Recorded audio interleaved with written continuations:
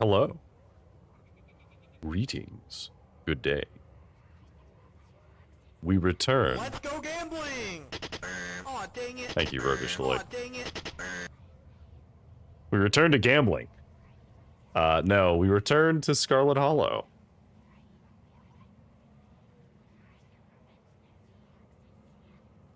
But hi, hello. I hope you're doing well today.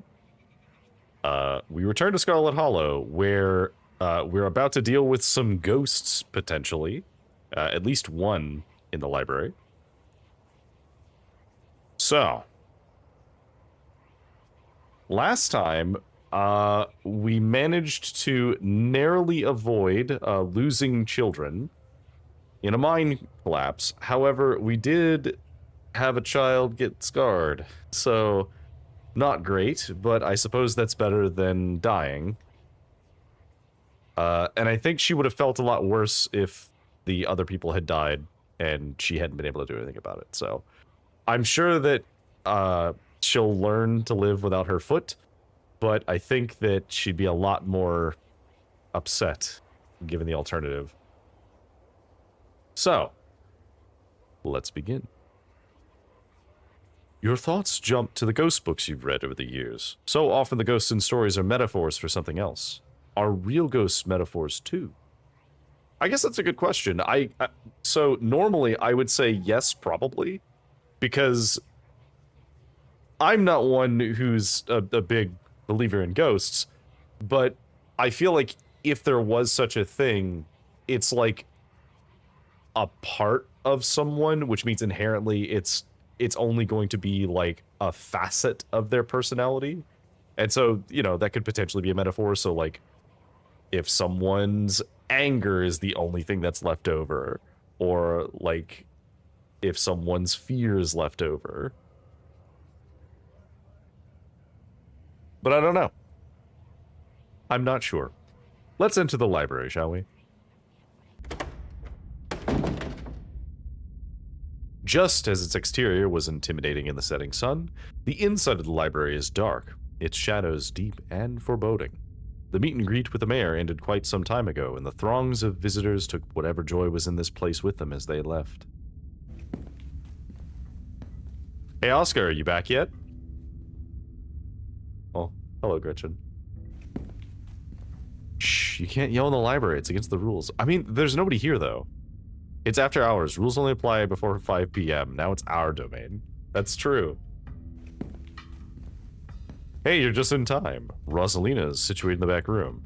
Alexis is going to keep her company while we hopefully get this all sorted out. I'd love her to be able to sleep in her own bed tonight. How's she doing?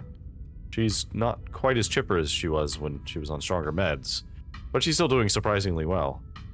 Alexis has been by her side non-stop. She's been a really good friend.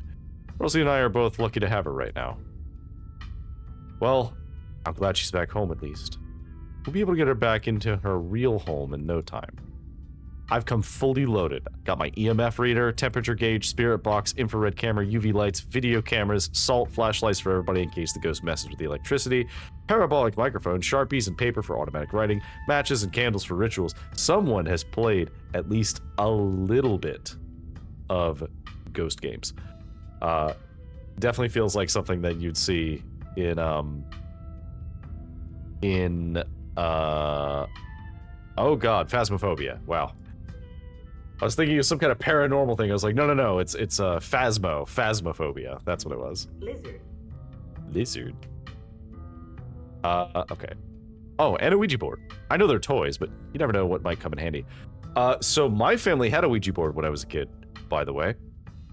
I don't think we ever used it, but I had seen it seen it referenced in both movies and in books, that it just being in the closet made me uncomfortable. Ouija boards are not to fuck with, right? Wow, this is a lot of ghost hunting stuff for something that was so last minute. You just have this stuff ready to go in a bug out bag or something? Of course I do. I actually stashed a couple of bags here overnight after I got back from the mines. Excuse me?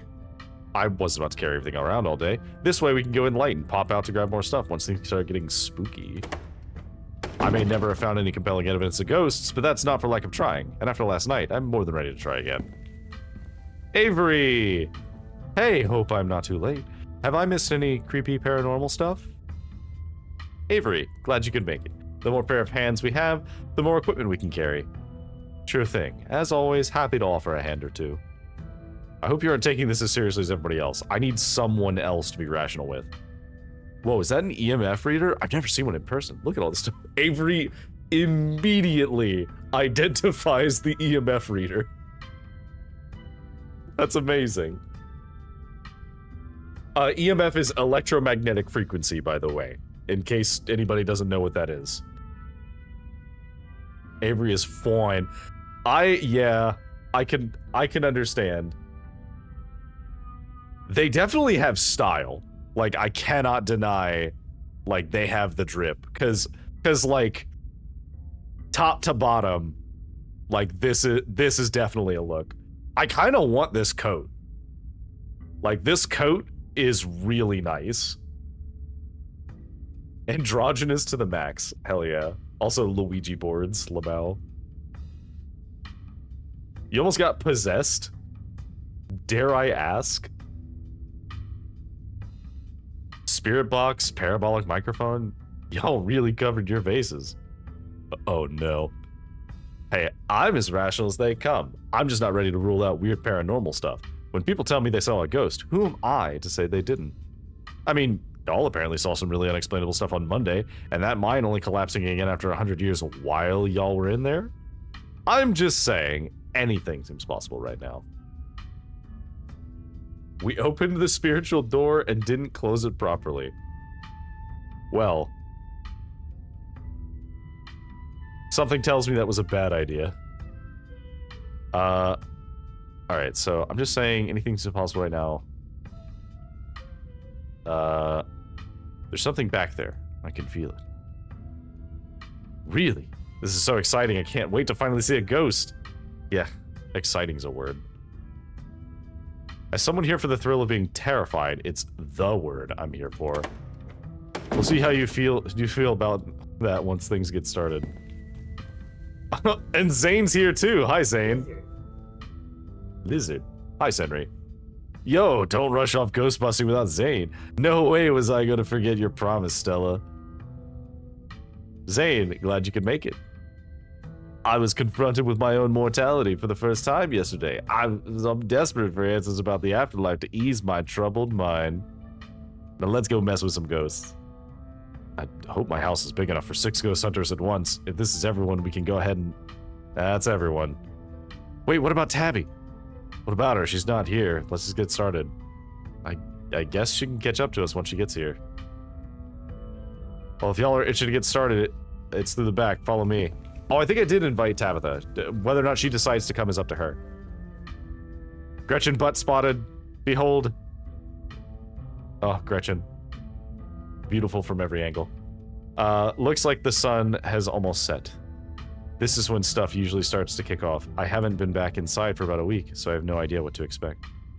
I love- Oh no! Hey! Rosalina. You're not doing this without me. If there's a ghost, I want to see it with my own eyes. Sorry, Mr. Gutierrez. I tried to stop her, but she was really convincing. I don't know if I can let you come in here. Oh, hi, Zane. What's up? Yo. Rosalina, you're not supposed to be out of bed. Yeah, you literally just had your leg taken care of, like, you know, a day ago.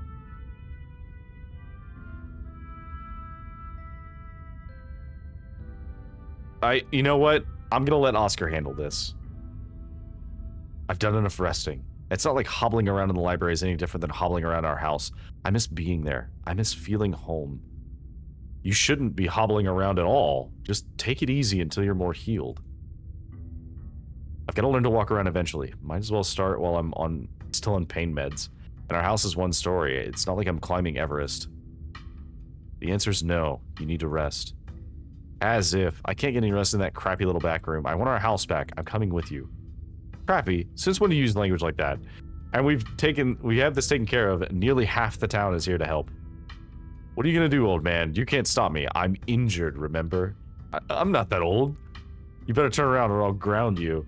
Dad, I'm pretty sure I'm as grounded as I can get, and I'm fine. This doesn't even hurt. I don't feel anything.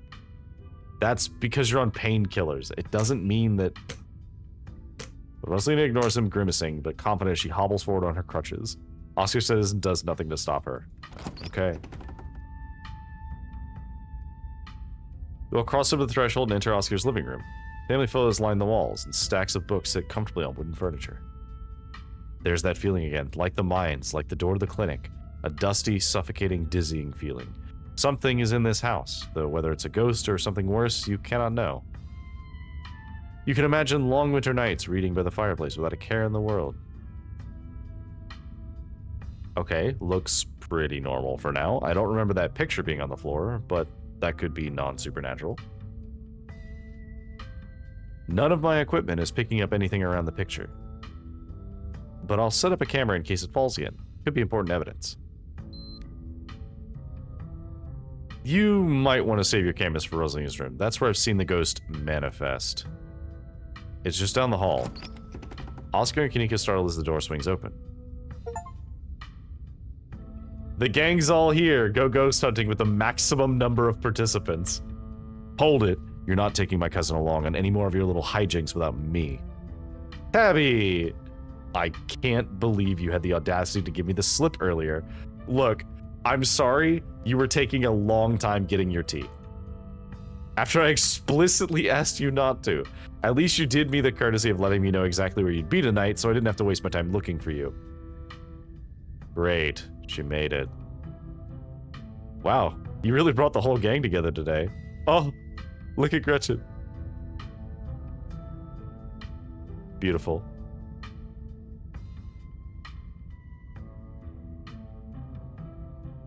I have every right to be here, Kanika. My family built this place, you know. Yeah, I know. We all know. Decker, what made you think inviting her was a good idea? I mean, she just wants to make sure that I don't get hurt. Yeah, I'm looking out for my cousin. Y'all are gonna drag Deckard into dangerous situations every night. You have to deal with having a chaperone. Got it? Okay, sure, the mine was definitely dangerous, but a haunted house? Come on, this is one of the least dangerous things someone can do. It's basically a slumber party.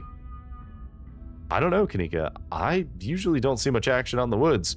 And you know, Deckard and I both wound up in a pretty hairy situation Monday night. I don't think we can rule out the possibility of grave danger. Exactly. I'm not underestimating how much danger Deckard can find himself in, even while walking through a perfectly normal house. Hey, that's not my fault. I had nothing to do with any of this. I just walked into town and shitty things started happening, okay? Alright. Sounds like we're in for an interesting night. I'm glad I didn't stay in the same town with the people I went to high school with. No wonder small towns have so much drama. I wonder if the ghost will even show with as many people around. Wait, is it just me or does it suddenly feel colder? It sure does. I definitely feel that. Same. I've got the chills. The temperature gun says it's actually a couple degrees colder, but that's normal. Rooms and hallways are sometimes cooler than other parts of the house. Whoa, a genuine cold spot. I gotta snap a pic for posterity. Is that it? This isn't very scary.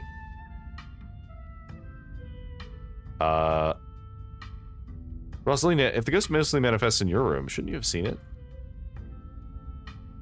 I've only seen the stain. Dad made me switch rooms with him before we moved out.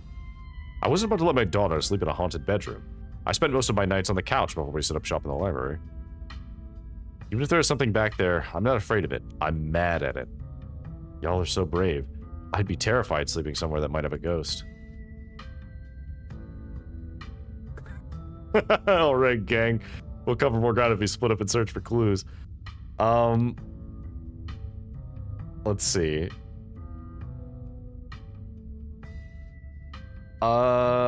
Maybe it's just shy.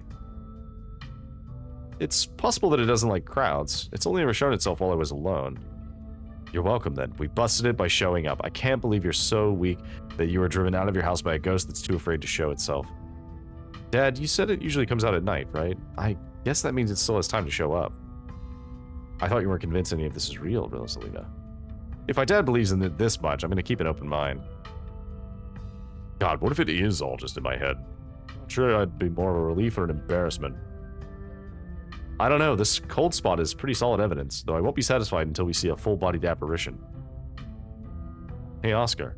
If we wind up seeing this thing, how spooky is it going to look, scale of 1 to 10? Alright, gang, is such a Fred Scooby-Doo line. Right? Ah, man. It's a 10. Definitely a 10. That's what I'd like to hear.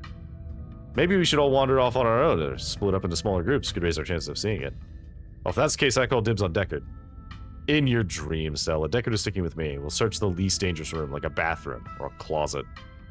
No, absolutely not. I think we all know how that would go. Ghost or no, splitting up is always a recipe for disaster. Yeah, you're probably right. If we discover a ghost here, we should all discover it together. That's not exactly the angle I was going for, but okay. Yo, once we find the ghost, how are we going to get rid of it? Like, how does one bust such a thing? Well, my ghost hunting kit has symbols for every major religion, assorted holy books, a bunch of salt, some jars for ectoplasm. And if worse comes to worse, we can always use the Ouija board to politely ask it to leave. Aren't Ouija boards super cursed? Are you sure that wouldn't make it mad or invite a demon into the house or something?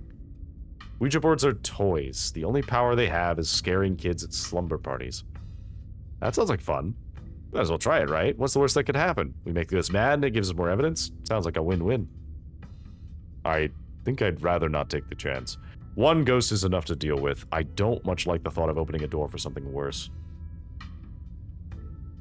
Wow, you've never been superstitious, Dad. This ghost really has you freaked out. Okay. Oscar takes a deep breath before continuing. Let's head to Rosalina's room. Follow me. Oh.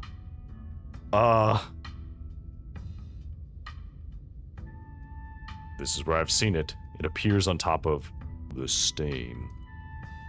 Yeah, that's gotta be tough to scrub out. Doesn't the county own this house? Do they know about the damaged carpet? Have you seen your house? I don't see how that's relevant. Weird. I'm not getting anything. It's not even cold. It's the same temperature as the living room. Nothing on the EMF either. Then your equipment is wrong. That stain is definitely paranormal. I've scrubbed it out too many times to count and it just keeps coming back. Maybe the floor is bleeding. It's just a stain, Dad. Can't we just cover it back up? I don't mind sleeping in here. Maybe we have to scrub it out first. Could be the paranormal stuff will activate if we give it a reason to. Ooh, good idea. I've never heard of a bleach-activated ghost before. You don't use bleach to clean a carpet, Tabitha. Whatever, how was I supposed to know that? Not everybody gets to learn how to clean things. Bleach-activated ghost sounds like a hell of a name for a song.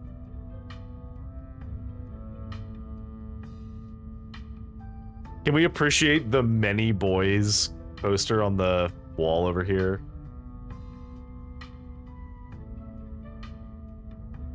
It's just a boy band that has like 15 boys in it.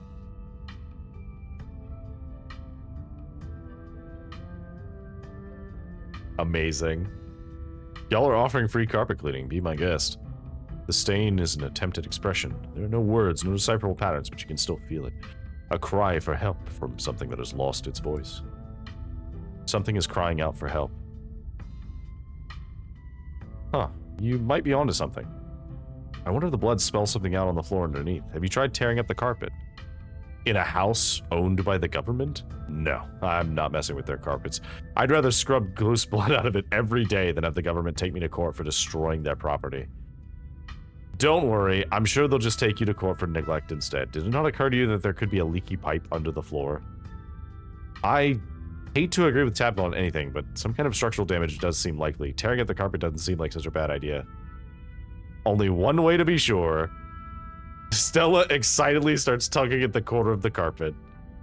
Oh dear. You're doing the government a favor, really. We'll cover for you. You don't have to sweat it. Oh no, that goes to a murder basement, guaranteed.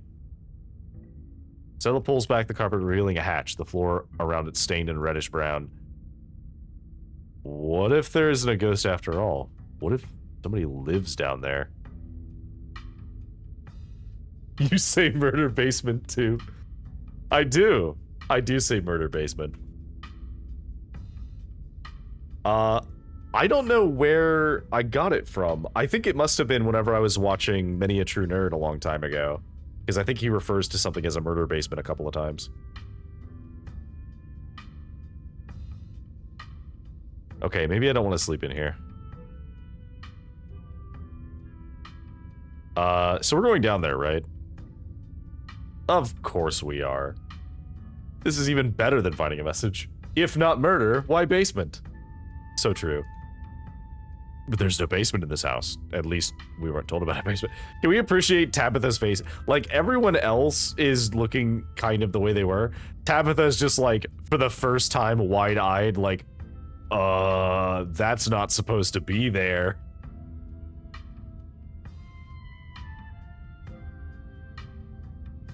And look, all the red stuff is coming from underneath. Oh yeah, this is super haunted, alright. You've got a basement chock full of ghosts, I can just feel it. Still no readings, though. None of the equipment has made a sound. Of course not. Y'all know last month was super rainy. It's clearly been a long time since anyone stepped foot in the basement or crawl space or whatever it is under that hatch. There must be a leak that flooded the whole area of the house. The water dissolved the caulk around the edge, leaked through the carpet, and it's red because North Carolina has red-ass dirt. Simple as that. It's not mud. It's blood. Human blood. I tested it. Well, you tested it wrong. Tabitha and Kanika. Oh, they hated that. It can't be blood, right? Kanika's right. You've got a muddy floor. That's why it's so cold in here, too. There's wet dirt under the house. Congratulations, we solved your ghost problem. Again. No way.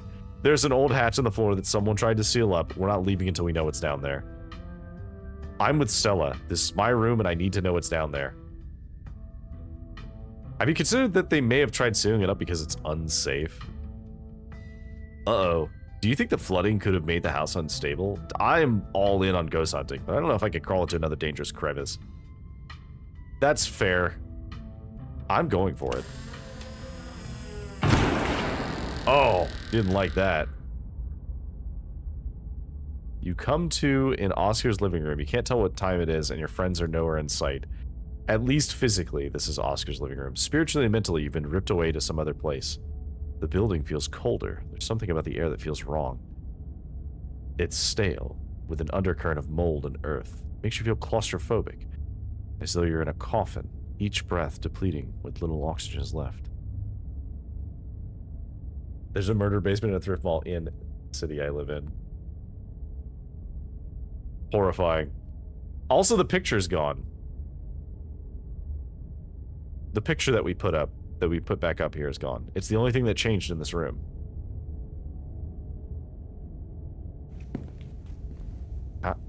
How did we end up back here? Where is everyone? Did we pass out? Was there a gas leak and something? You died.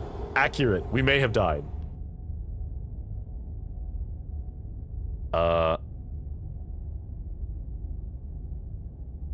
Let's see. Okay, I am gonna say I think it was the ghost. No way. Had to have been something nasty in that basement. The whole town is full of old tunnels. Wouldn't surprise me why that hatch was sealed in the first place. Let's get that out before the bad air gives us brain damage. Your cousin marches to the front door and opens it. Why does it look like Oscar's house is in front of us? Didn't we just leave? I must be misremembering things. Let's go.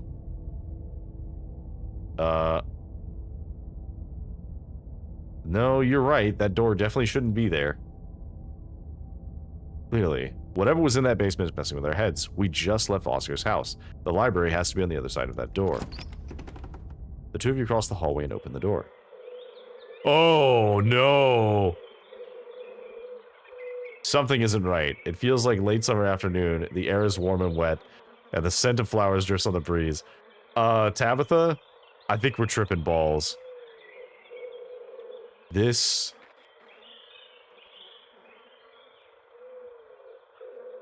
So, Tabitha, please tell me I'm not the only one seeing that scratchy shadow in the distance. You're not. What the hell is that thing? Am I having a stroke? Are you having a stroke? Are we both having the same stroke at the same time? Do you see the creature behind the thorns? That's one of the bad omens Stella and I found in the woods. Wait, behind the thorns? Oh, this thing! Ditchling. Ditchling spotted. Horrifying. Ew. Did we die? Don't be so dramatic. I think I'd know if I were dead. No, I think categorically you would not know that, in fact. I don't think you would know that at all. There's got to be an exit somewhere. We just have to look. Wait, do you hear music? Oh, fuck, hi! Movement stirs as a figure cloaked in shadows rise to attention. Stella? Who are you? What are you doing on my property? Huh?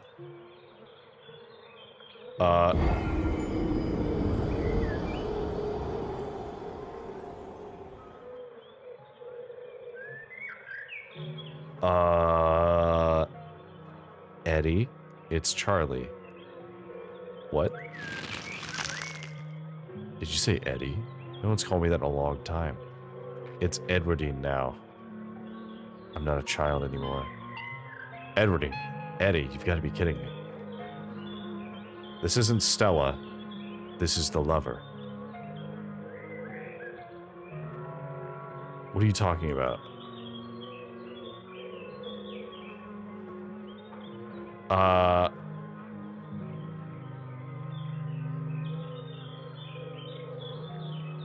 Look, I'm just telling you what I know, and what I know is that this isn't Stella right now. This is the lover. Okay, fine. I'm just gonna pretend that you didn't say anything then. Wish I could say the same. Should have stayed gone, and you absolutely shouldn't have shown up here of all places. If you're caught, I don't think you understand what father might do.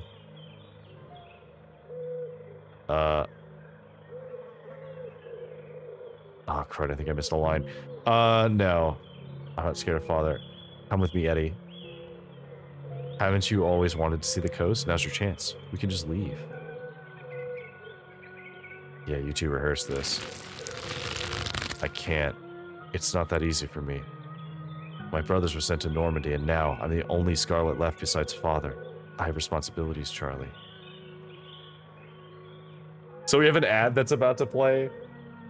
I'm just gonna leave it on this for the ad. We can just enjoy this together. We'll hang out and chat. Nar. Oh, nar. I'm subbed. Well, so... I'm subbed, please.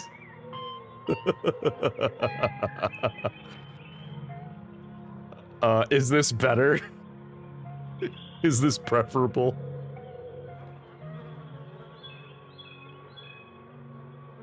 This is truly horrifying.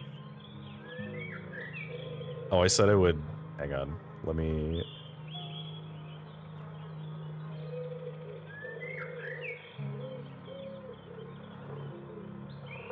I told Lamb I would give her a sub so that she wouldn't have to sit through the ads.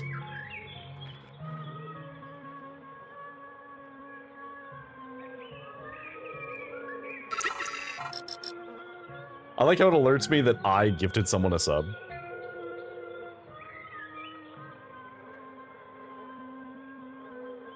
Was this made by the same people that made Slay the Princess? I believe it was. Lamb, can you confirm? I keep YouTube pulled up. Fair enough.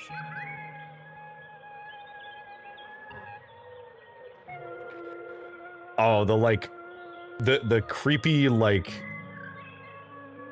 gramophone music is really selling it.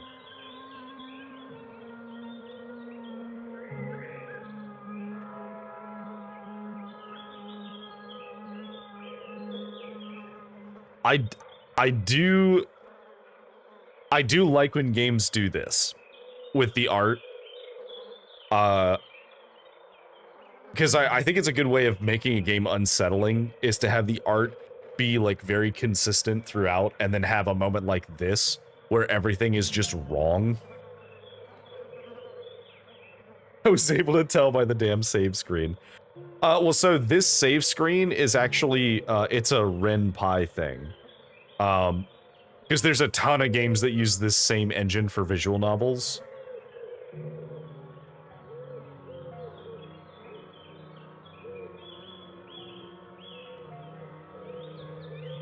I think, God, what was the name of that one? There was, I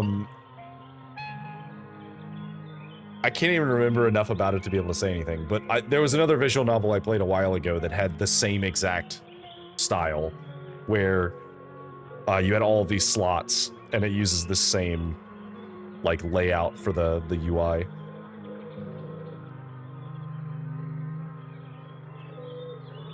I also don't know if it's RenP or RenPy. I always call it RenPy.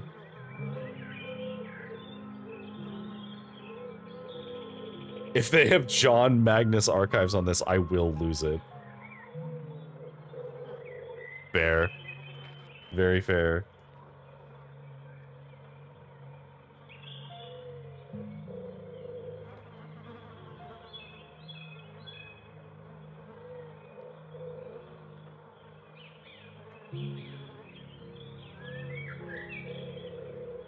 On the plus side, once we get through the ads, we have an hour before the next ad, so that's one reason I like doing the 3-minute ads instead of doing the like 1.5-minute ones.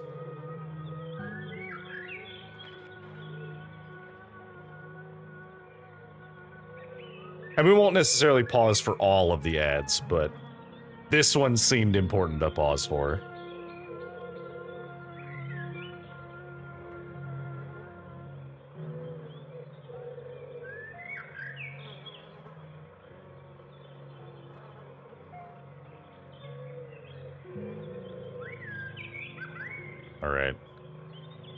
Alright, let's keep going, shall we? Shut up, shut up!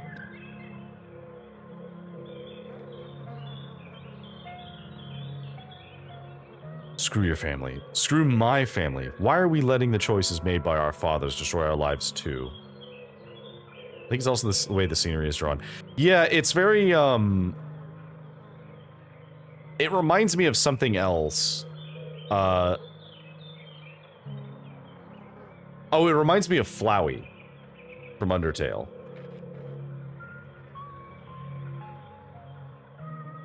Oh, look, that's me in the corner. Yep, lamb spotted.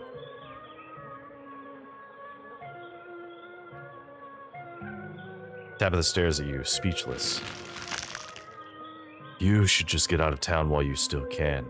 Whatever you came back for, it's not worth it.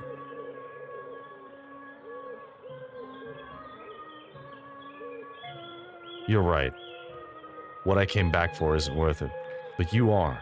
And I won't leave the holler without you. You change your mind, I'll be around. She's gone, along with the shadow in the corner of the room.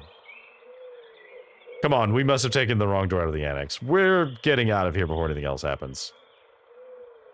Okay, no, but we have to go after Stella. Absolutely not. We are not being drawn deeper into this weird garden greenhouse, whatever it is. She yanks your arm, pulling you back the way you came. Where did the annex go? Hey, look, lamb spotted again. Oh, hello. Tabitha, you're a coward. Alright, well, turn back. Yeah, maybe we just got turned around. Two of you turn around, only be met with the same door. Where's the annex? Where are we? Don't you get it? This is the annex. Bullshit. This is bullshit. She storms out the door, throwing it open. Uh-oh. Bells ring as the cacophony rages outside. The door in front of you pulsates as figures unseen bang against it. The shaded figure from the garden sits in the corner, ever so slightly more defined. I see. Are you kidding me? This is messed up. We need help. God, please let this call go through. Tabitha anxiously taps her foot as she waits for her phone to connect. Hey, it's what? No, it's Tabitha. Didn't you see the caller ID? Stop interrupting me. Can't you hear what I'm... Your cousin's cut off by the dial tone of the disconnected call. Great. She couldn't hear a word I said. Looks like we're on our own. Oh, hello! Junior, pack your things quickly, hurry. Jesus, Rosaline, you scared the shit out of me. Oh, hello. Maybe we should run about on a rail, too. Make an example of the whole family. Okay, I think we have to keep playing along with Mystical, because we have access to it. Mama, what's going on? Am I gonna have to deal with you doing this all night? Yes, Tabitha, shut up and wait. Please, he's only a child. We'll leave peacefully. Just give us a little time. They were only children, too. My boy was in there. Why should I give Junior here all the time in the world to gather his little toys and fancy clothes? My boy didn't have that kind of luxury. Oh. Okay. So the ghost is showing us all of its memories. The mom is talking about the collapse. Mama, what's the man talking about? Why hasn't Daddy come home yet? Who are you supposed to be this time? Don't listen to him, Charlie. Just keep packing. Looks like the others are on their way. Better hurry, boy, or you and your little dolls here might get burned up. As for you, lady, what makes you think you're going to be keeping any of those valuables you're packing in that fine suitcase of yours?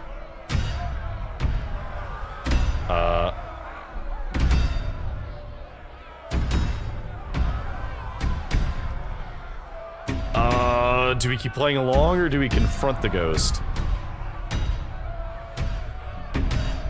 Ooh, that's tough. I think we keep playing along, because I don't think we can change anything. Daddy said when he's not here, I'm the man of the house, so you don't get to push us around, mister. I'll call the police. Oh, so you're like some kind of toddler now, aren't you? Trust me, boy. The coppers ain't coming here tonight. And what makes you think you can talk to an adult like that? Maybe they should have had you working in the mines too, instead of lazing around in this big house. Maybe you would have learned a thing or two about respecting your elders. Don't talk to my son like that. Don't talk to me like that, woman. I call the shots. Now get out, unless you want to go up in flames with all your precious jewels and expensive dresses. You're lucky I'm even letting you leave.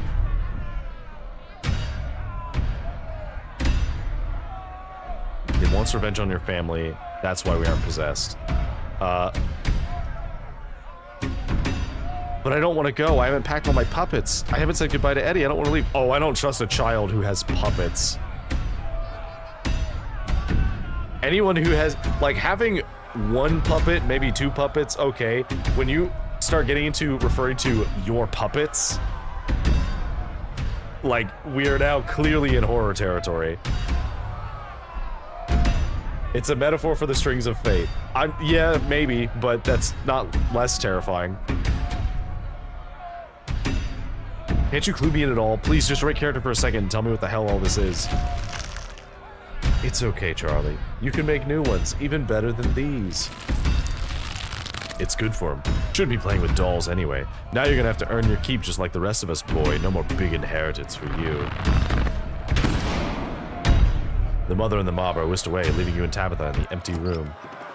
As they depart, the front door stops pounding and opens into a beckoning white void. We're in hell. We both died and we're in hell. No, Tabitha. I believe you said we'd know if we died.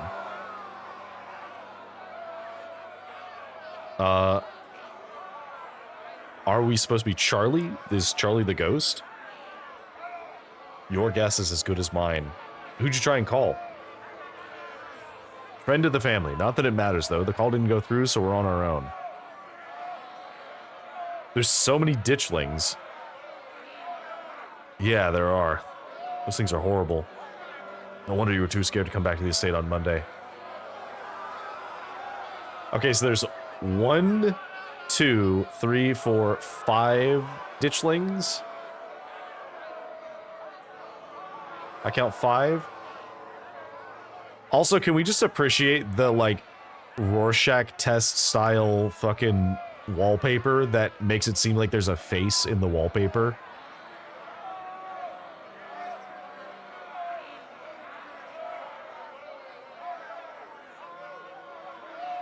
Terrifying. Okay, let's put our heads together. What do we know? We know we can't leave. We know we're not possessed, at least as far as we can tell. And whatever we saw in this room, at least, happened right after the Shaw mine collapsed in 1918. We can see the guy being dragged off on the, like the girder. I think the only option on the table for us right now is to keep doing what it wants us to do. Maybe it'll stop at some point. Maybe we'll figure out a way to escape. You're right. There's only one way to end this. Shall we? Yeah, let's get this over with. You and Tabitha walk up to where the pounding door used to stand and step into the void. You're outside and it's night, a false moon looming massive in the painted sky. The night feels thick and warm, the insects lively, their calls unnaturally tinny. Everything feels warped and wrong, like you're listening to a record fished from the bottom of a pond. Oh, there's the ghost. Ugh, what magic words do I have to say to let us go? I'm sorry, okay? Whatever my family did to piss you off so much, I'm sorry. Oh, hello. You poor dear. I've been keeping track of you, scuttling around town like a tomcat. You've fallen hard for Miss Edwardine, haven't you? Lilac and Fizzy bullied me and called that Reese. No, I don't see Reese. My first thought was that it reminded me of the homunculus from Full Metal Alchemist. Back off, lady. I don't know you, and if you know what's good for you, you don't know me either. Who's this one supposed to be? The nosy neighbor? There's no need to be embarrassed. Your secret is safe with me. You know, I never did approve of what the Scarlets did to your family, and what it did to the two of you young'uns. Childhood sweethearts. Just think of how lovely it would be if you could just be happy together. That's what you want, isn't it? Don't talk about my family. And I don't need life advice from some old broad. Old broad young'uns. Whoever you were talking to has been dead for a really, really long time. I'm sure by now you've realized the young lady doesn't plan on leaving with you. But it's not for lack of desire, as you well know. It's Enoch. Even if you dragged her over the town limits, his hold over her would make sure neither of you were ever happy again. Just think of what happened to your poor mother and father. Do you want that to be the two of you? What do you know about Enoch, Tabitha? Our great-great-grandfather. He was in charge of the mines when they collapsed. I don't know much besides that, so don't bother asking. We would never be like them. We love each other. My mother just loved his money. As soon as it was gone, so was she. And then all he loved was booze. Me and Eddie aren't like that. Tabitha stares ahead in riveted silence. The powers at work here are stronger than even your love could withstand. You need to break the bonds holding her here. Then you can both go free. No more misfortune. Not for you. Not for anyone else bold enough to step foot outside the holler. The witch mimes handing you something, though her hand is empty. Everything you need to know is on that map.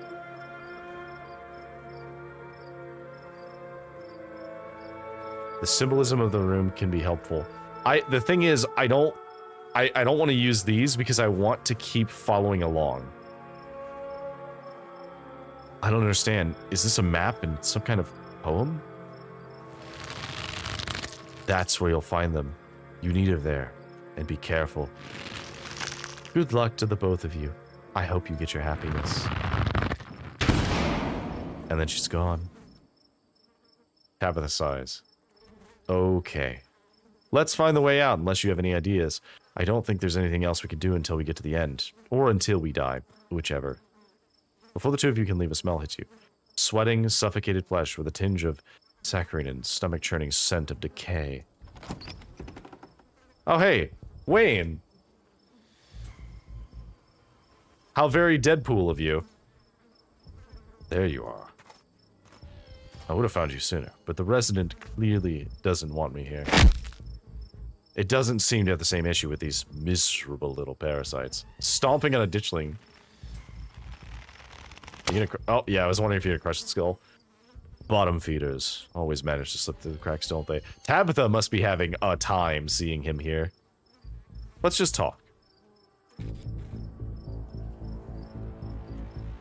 Are you Sam Wayne? Or are you something else? Stop asking questions, just stop interacting with the thing at all, okay? So cold, Tabitha. After everything we've been through, you treat me like a stranger. Shut up. What an unfortunate situation you've been dragged into, Deckard.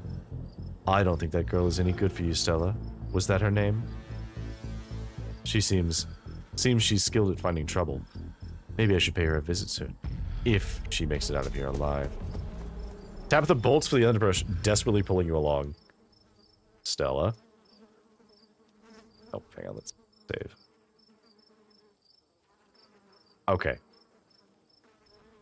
So, Tabitha, who is he? If you see it again, ignore it, or better yet, run away. Come on, we need to keep moving. If that thing got in, there must be a way out. Oh, I hate this room. Oh, I hate this. The two of you step out of the brush and into a long wooden corridor lined by bottles and rails. Oh, hello. It's something about the combination of like a long stretched hallway with this portrait in the corner. Which, by the way, this isn't someone frowning. This is someone smiling, and they took the mouth and flipped it over.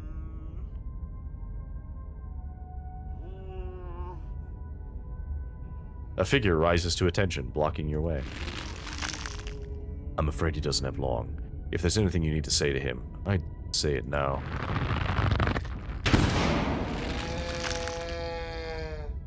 As the caretaker is swept away, the room pulls itself to you, and you find yourself looming over a deathbed. The father lies in its center, looking pitifully small. Oh, this must be him. This must be Charlie.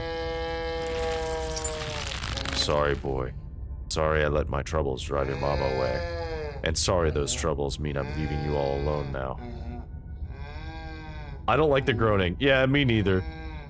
You're getting what you deserve. Alright. You're definitely channeling Charles Saw Jr., which must be who the ghost is. It's the only thing that makes sense now.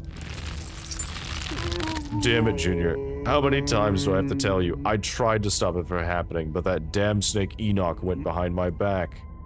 Oh, what bullshit. Not for that. For what you did to our family. We could have just started over someplace new, but instead you became the son of a bitch the Scarlets made you out to be. This Charles Jr. makes a good point. You're right. I've been using that excuse for too many years. At a certain point, a man has to accept when he's dug his own grave. They may have run me out, but they didn't put the bottle in my hand. Still. Oh, one of his hands is over here. Oh. They destroyed our legacy, boy. Both our names are cursed with that history. I'll be dead and gone soon, but I won't be able to rest. Not until our name is cleared. Not until you can pass on this name with pride. This is my only request, Charlie. Go back there. Tell people the truth. Try to find proof. I don't know what you'll have to do, but please. I think it's crying. Yeah, it's definitely like sobbing. I know I ain't been the best father, but I'm no murderer. I'll see what I can do. Get some sleep and I'll see you in the morning. Damn it, boy, I may not have till the morning. Promise me. Promise you'll go back and at least show that Enoch what bastard what for. I promise I'll go back. Oh! Oh, didn't like that. This ghost is so full of it. Your cousin sets forward and disappears to the hole left in the bed, leaving you to follow. Why is the first thing that she does go into the bed? Okay. You find yourself pressed uncomfortably against a trellis. A small castle sits off to one side of the wall, and the bars of a prison loom over all of it over you. Hey, Lamb, now you're on a horse.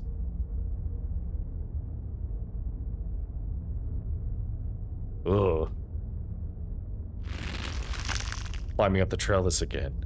How very Romeo and Juliet of you. No need to run off.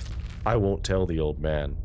Though you've gotten sloppy, you should try to be more careful if you don't want him putting you in an early grave. Hey, Avery. Who are you? You one of Eddie's brothers? I thought they were dead. No, not one of our brothers. I'm a prisoner. Another victim of the old Scarlet's lies. Like you, Charles Shaw. I'm in an Old Spice ad. This does have the same vibe as an Old Spice ad, because we're shifting from scene to scene. It's just, you know, Old Spice if it was made by a horror company. I'm not him. A mere generation makes no difference. His blood runs in your veins, does it not? And now, it runs in hers.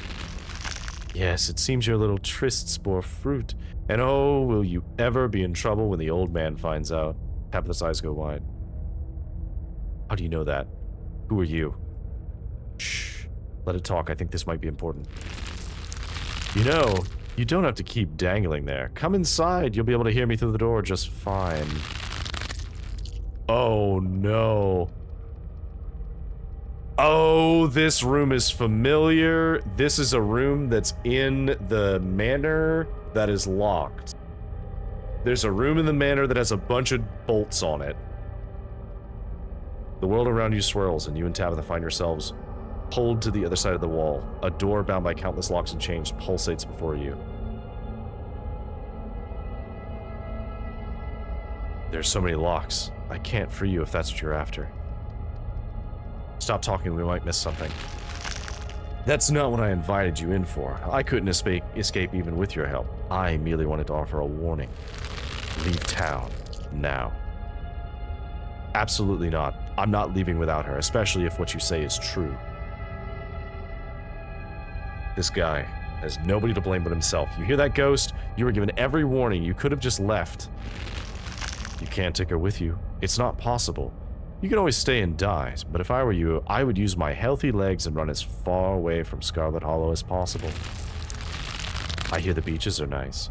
Why don't you take a permanent vacation there? You're wrong. I know it's possible. I have that weird map, I have the spell or whatever it is. Me and her are gonna get out of here. Ah, you've been talking to the witch then. How very interesting. Charlie, get away from the door. Don't listen to it. Oh, fuck. Hi, Stella. And yes, hello, Gretchen. Stella. Eddie, are you pregnant? How does it know that? Oh, fuck. This is too much. I just want to go home. I mean, technically you are home right now. Do you feel sick? I feel sick.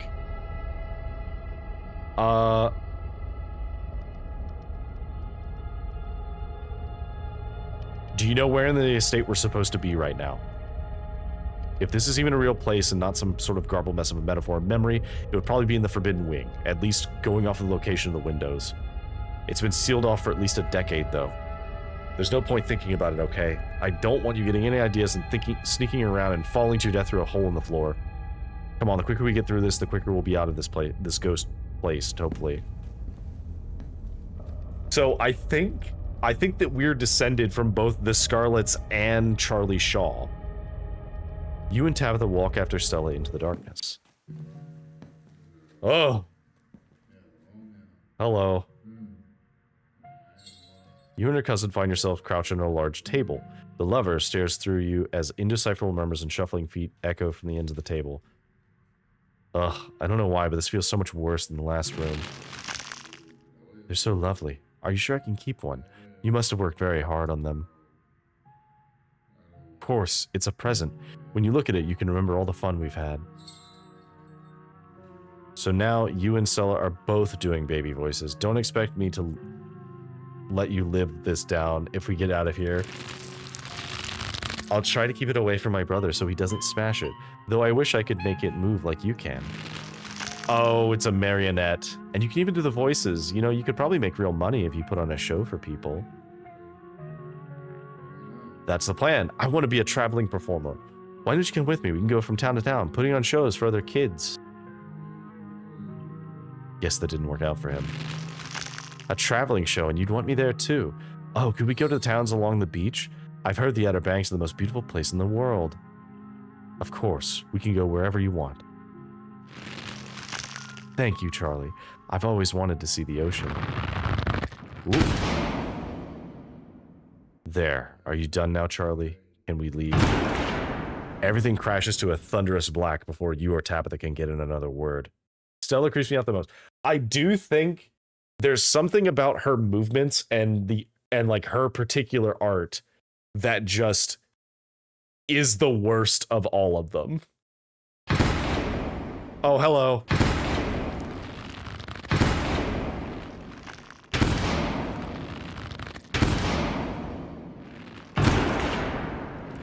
Oh. Right, he's been using them like marionettes. A single spotlight remains, illuminating a trapdoor in the center of the stage. You feel drawn to it. I'm opening it. Oh, we are the final performers, aren't we? We must be. Which one of us is going to open the door? Why are you asking? Are you scared? Of course not. It creaks open all on its own. Oh, this is so much worse than opening it ourselves. You and Tabitha are shoved from behind and tumble through the hatch. Oh, we found a symbol. And it's a different one. It took some digging, but it's there. The map was right. That means there's hope, Eddie. Whatever it is that Enoch did, we can undo it. We can be happy together. Oh, she killed him.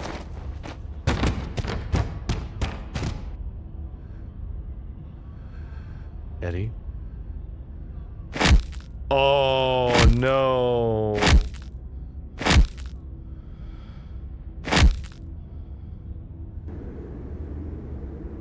Oh god, I'm actually going to be sick this time. Your cousin violently heaves into the void, but nothing comes up. There's nothing here. The place is completely empty.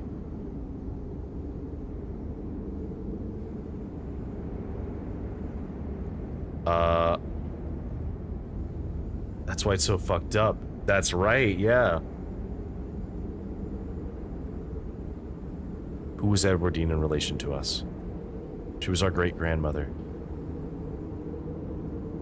So Charlie is our great-grandfather. No. Edwardine had more than one child, and our grandmother, Mary Bell, was the eldest. Shit, okay. Maybe I don't have a neatly constructed logical argument for why he can't be our great-grandfather, but someone would have told me. Why are these broken memories time-stamped? Oh, hello. What now? Do you repent? Do you repent for your crimes? Their names are back to normal. They must not be in character anymore. Maybe it's getting weaker. You must answer for the crimes committed by your scarlet blood. Or maybe it's getting stronger. I hate it here. I hate it here so much. You and me both. Until you do, I cannot die. I want to die. Please, I've been alone in the dark for so long. All I ask is for some of your years to pay for the years that were taken from me. What are you saying? My life was stolen from me. I want some of yours. It's only fair. No. No, no, it is absolutely not fair. You've got to be kidding me. Neither of us had anything to do with what happened to you. The sins of the father are to be laid upon the children. One of you must be forfeit. It doesn't matter which. Bullshit.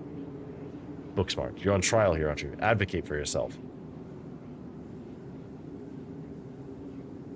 You can't actually make either of us do anything, can you? I can keep you here. And I can do whatever I want with them. You can refuse. But if you do, then I will stay. I will stay until I get what I'm owed.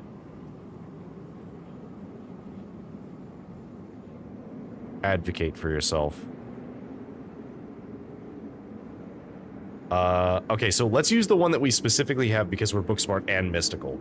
Hear us out, spirit, before you so readily pass judgment. Yeah, we have rights, you know.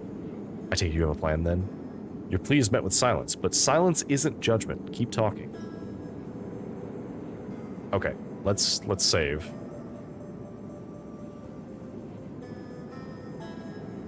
You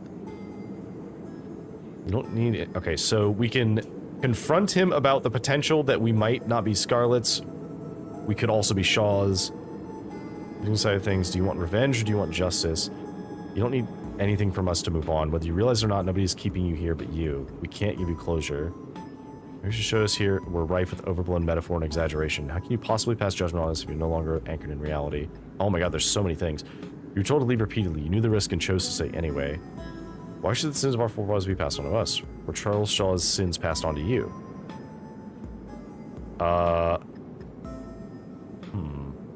There's so many choices. Okay.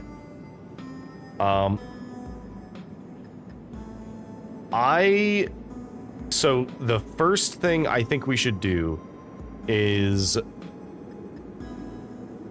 I think we should confront that we might not just be Scarlets. For all your focus on the collapse and your death, have you forgotten about Eddie's pregnancy? We're not just Scarlets, we might be Shaws. That's right, our grandmother was Edwardine's eldest child. She could have been your child. More silence, keep going. You were told to leave repeatedly. You knew the risks and you chose to stay anyway.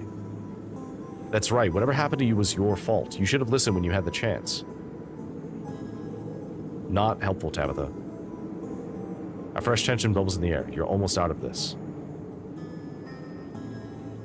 Why should the sins of our forefathers be passed on to us? Were Charles Shaw's sins passed on to you? In life, did you want to punish Edward and Enoch, or did you want to move on and build a brighter future together? The jury box is pulled away as you and Tabitha are brought face to face with the spirit. It's time for your closing argument. Screw your family. Screw my family. Why are we letting the choices made by our fathers destroy our lives too?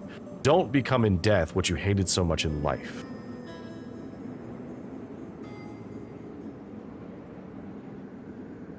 Silence. Oh?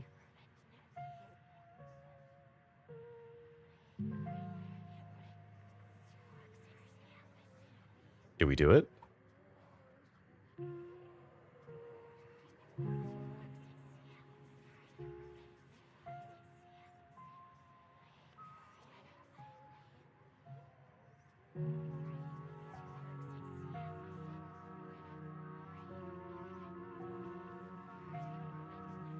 Ugh, I don't like the marionettes.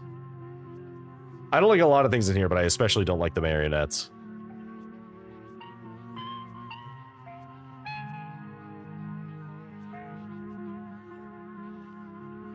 Oh.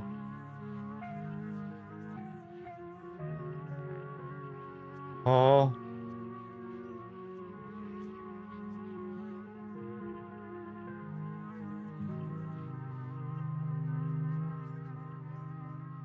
It's very sad. And then everything fades to black. The haunted turnabout. Win a trial. You and Tabitha come to in a basement, a mound of packed dirt in front of you. Your friends are nowhere to be seen, though Sybil remains standing on the stairwell as if she's been patiently waiting for you to get up. Ah, the spirit is gone and the two of you are back, and both of you are whole. I argued my way out, Lilac left without appeasing him. I see.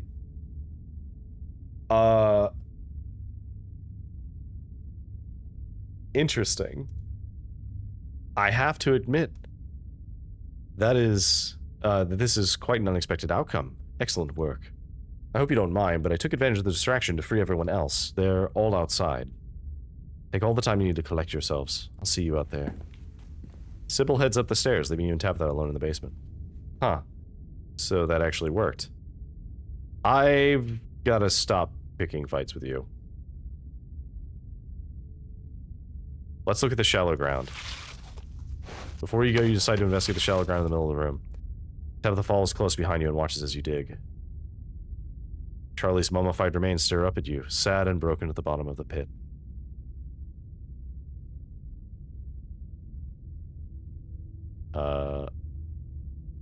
What do we do about the body? He's gone, right? We can just leave it there and forget this ever happened.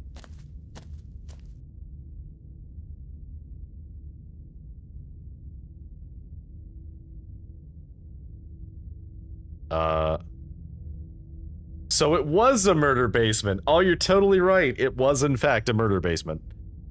Come on, let's go. Yeah. Seance. With a mystical trait, take every channeled dialogue option.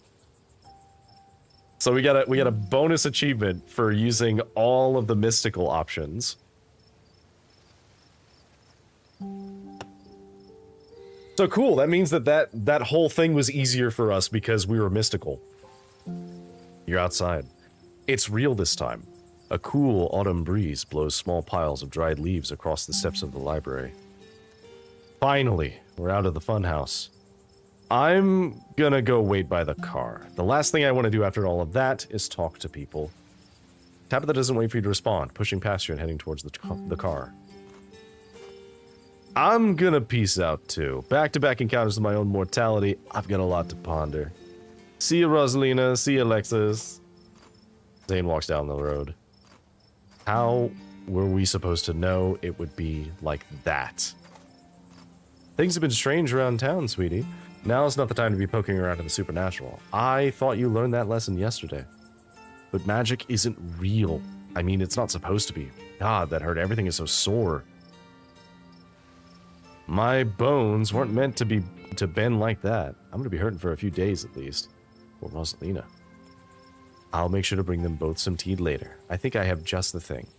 Mom, this is no time for tea. Jesus, the girl's lost a leg. She needs real medication. Here's the thing, Kanika. I don't know if you know this, but a lot of medication uses herbs. I guarantee Sybil has that good shit. So perhaps the thing that she does need is some tea. Real medication comes from natural ingredients, does it? Yep, fair enough. What I have to offer is no different than what Dr. Kelly would prescribe. And besides, after all you've seen, are you really sure you have that much of a grasp on the real and unreal? Deckard, is it really gone? The house is clean. This house is clean. Say the line. That's funny. I like that. Oh, Ghostbusters reference. I witnessed it myself. Deckard convinced the spirit to move on from this world, and it did. Yeah, it's a Ghostbusters reference.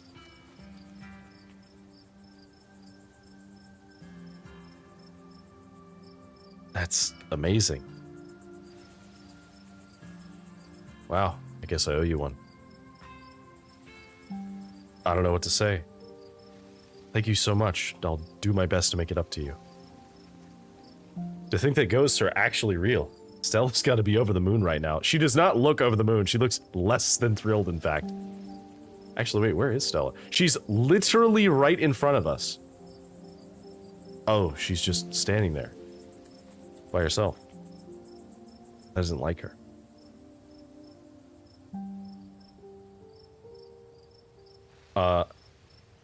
Wait, no, hang on. This house is clean wasn't, that wasn't Ghostbusters. That was... Was it Poltergeist? It was a ghost movie. Is she okay? I was wondering the same thing. We just saw a ghost and she's just standing off by herself.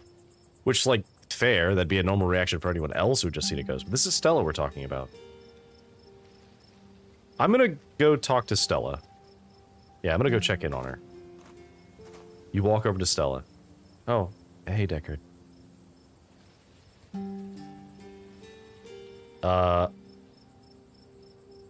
here if you need me. I'm so sorry, I don't think I can talk right now. I'll call you, okay? She hurries off down the road.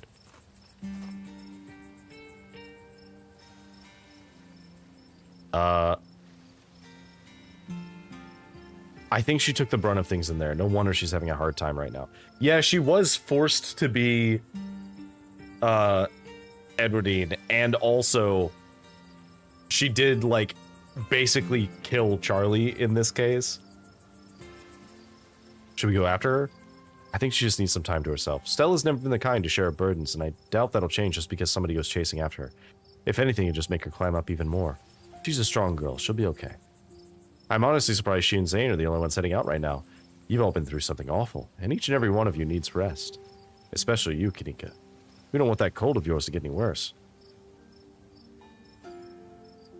There was another carving in there, and they keep giving me visions. I wonder if it's those things... I wonder if those things are tied to everything supernatural that's been happening. Yeah, I wonder. One is a coincidence, but two of them on back-to-back nights? And if you're right, and there's another one in the clinic... I'm sorry, I'm a little lost. You've been finding carvings around around town, and they've been giving you visions? News to me, too. I'm sure everyone here could stand around theorizing about this and that all night long. There'll be plenty of time for that tomorrow. Deckard, if you have the time to... I'd love to discuss these visions over tea after you've had the chance to get some rest. I can't believe I let Rosalina go in there. How could I have been so careless? After everything she went through in the last day, how could I have let this happen? I mean, you tried pretty hard. Like, both of these are correct. None of us took you seriously enough. No, I think none of us could have known. Don't blame yourself, Oscar. I'd seen it before. I should have known it could get worse. I shouldn't have let Rosalina come with us. Dad, what did I tell you? Stop blaming yourself. You couldn't have stopped me. If you tried, we were going to sneak in after you. Yeah, Rosalina was going to make us go in there no matter what. You didn't put a ghost in our house. This is not on you. I know you've both had a difficult time with this, but the storm has passed and everything's worked out. Things will start getting better from here. I ran into Wayne in one of those rooms. He vaguely threatened Stella if I kept poking around. Wait, are you serious? That creep threatened her? Should we be worried about her? You can choose multiple explorer. Yeah, but not always. Sometimes when you pick an explorer, it'll... So, those two were, like, locking in. Because it was like one of them was saying, like, we couldn't have known, and the other was saying, like, none of us took it seriously. What, are you serious? The creep threatened her? Should we be worried about her?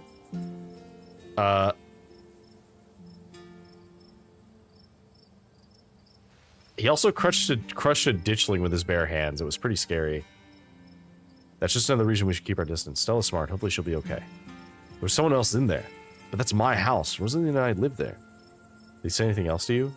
We don't need to trouble Deckard for any details. No one pay any mind to that man. He's just a drifter and he'll be gone soon enough. In the meantime, steer clear and he won't make trouble. Were you all conscious the whole time? Everyone glanced at each other. Yeah. It was awful. Kind of fun, too, but mostly awful.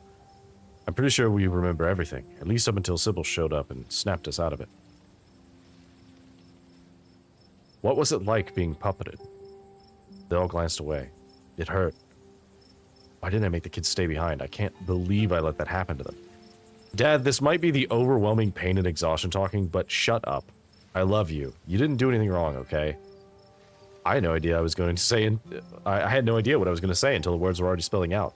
It was like I had no control over myself. I remember each and everything I said like it's burned into my memory. You poor souls. I can't imagine what you've all been through. Do any of you know who you were supposed to be? No idea. The words just came out. There was no context, nothing. But there was a weird feeling, like an overwhelming guilt. I was so angry. I was mostly just scared. I didn't feel anything. I don't know how to describe it. Okay, so she was angry because she was the mob. She was scared because she was the mother. She was the witch, so she probably didn't have any specific connection. I felt powerful, yeah. I was just cold. You were a prisoner. We should probably get going. It's starting to get chilly out, and there's still work to do to get Rosalind set up for the night. Don't be a stranger. Let us know if you need anything, Oscar. I will. Thank you, all of you. Again. I believe it's time for me to get my daughter home as well. But, Kanika dear, you haven't been feeling well. You need to get some rest. Okay. I'll see you tomorrow, Deckard. Yeah, I'll see you tomorrow. Cool. Kanika wearily treks back to the general store. Before I go, Sybil places a hand on your arm, holding you back for a moment. I'm sure you have questions up after everything you saw tonight, but let's not get into it here. I think everyone could use a little rest and relaxation right now, yourself included. If you swing by the tea room sometime tomorrow, say early afternoon, you and I can have a little chat. I'll see you then. Sybil leaves you and catches up to her daughter. I guess it's just the two of us now. Do you have any idea who you were? I could roughly place most of the others. None whatsoever, but I remember everything I said, and I remember that cold feeling. President of the Scarlets. I wonder what your family was up to back then. Okay, so he is whoever was locked behind the door. I guess we can add it to the ever-growing pile of mysteries. What do you remember? As far as I know, all of it. I might start forgetting it soon, but for now it's all fresh. The twisting wasn't the most pleasant, but even though I feel like I got tossed in a blender, it also made me feel so alive. So you don't regret coming along tonight? Look, that was a horrible experience that will stick with me for the rest of my days. But it was also kind of amazing for that. I don't know if that makes sense, but how many other people can say they were possessed by a ghost? I guess you finally got some shared trauma with everyone now. Avery chuckles and grabs at their ribs, wincing. Yeah, I guess I do, huh? I know tonight was horrific, but it was also thrilling, and knowing we all went through it together makes it easier. There are people to commiserate with tomorrow morning when the soreness really starts to set in. Which reminds me, I'd better get back home. I'm supposed to have a shift tomorrow morning. I might have to call in sick, but here's hoping a good night's sleep is enough to heal up. Avery heads off, leaving the square in front of the library empty. Time to wrap things up there. Back to the estate we go. The ride back is quiet, but not tense. Tabitha looks lost in thought as her glazed eyes stare at the winding mountain road. Do you trust me now? No, not really. Thanks for coming along tonight. The place would have been a lot worse without you. I'd say that someone had to be there to watch your back, but I guess you wound up handling everything just fine by yourself. So, I guess ghosts are real. Yeah, guess so. How do you feel about that? The same as I felt before we went into that house. You'd be surprised how quickly people just adjust to terrible realities. I'd much rather room on what happened tonight than make a big deal out of it, and I'm sure most of your little friends feel the same way. Still, you did a good job tonight. I'm almost proud to call you my cousin. Ride in silence. You slide back into silence as the car makes its way back to the estate.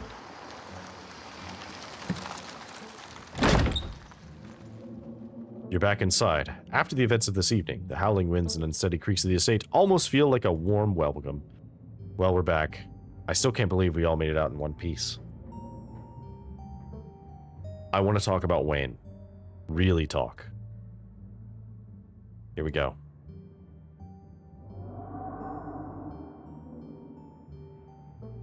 Do you think he's actually going to hurt Stella? No. He's a creep, but I don't think he has it in him to hurt her. And I don't know if you noticed, but Stella is irritatingly resourceful. She'll be fine. So Wayne's a he now. Back in the ghost realm, he was an it.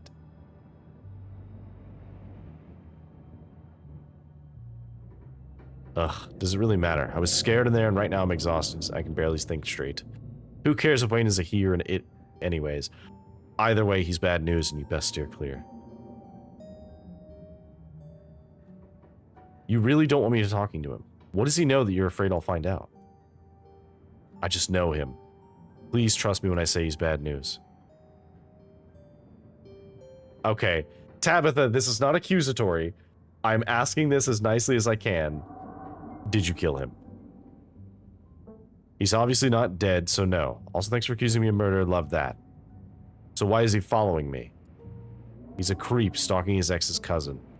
All the more reason not to talk to him. He's a different man now. Stay away from him. Do you think Stella's okay? Like, emotionally? She wandered off back there. I'm worried about her. She's a pest, and like all pests, she has an uncanny way of bouncing back from things. She'll be fine. We might be getting rid of the ghost, but I'm still traumatized. That's great. Now you're really a Scarlet. Oh, gave me the smile. Let this be a lesson to you. No, I'm not gonna tell you about the strike. I feel like that's none of my business to tell you. Alright. I think it's time for me to turn in. That's a good idea. I'll talk to you tomorrow. Don't keep poking around looking for trouble. You just have to make it to the funeral. 4 more days, that's all, and then the bus comes.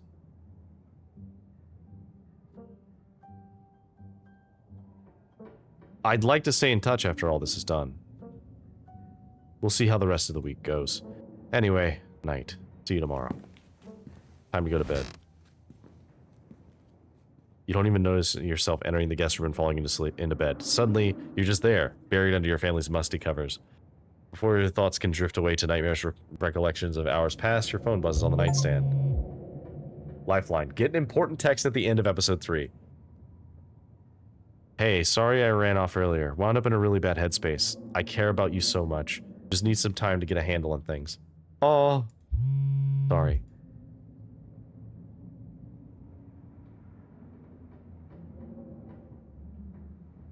Do we try and call her?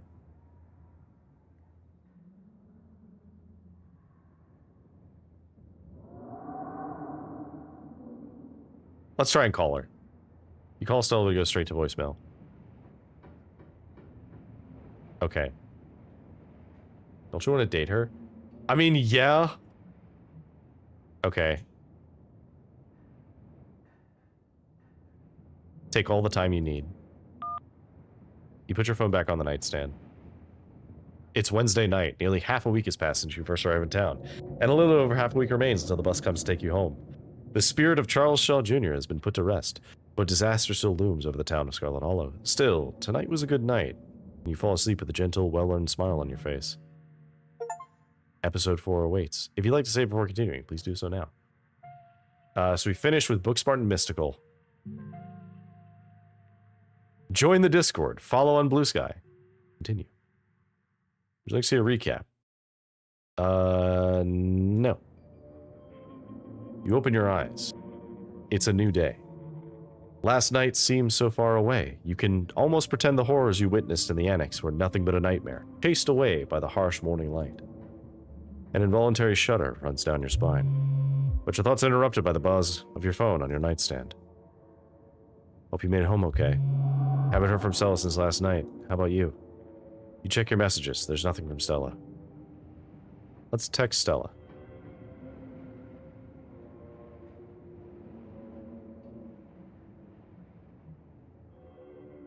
Send Stella a photo of a nervous puppet. This seems like a bad idea after they were puppeted last night, so...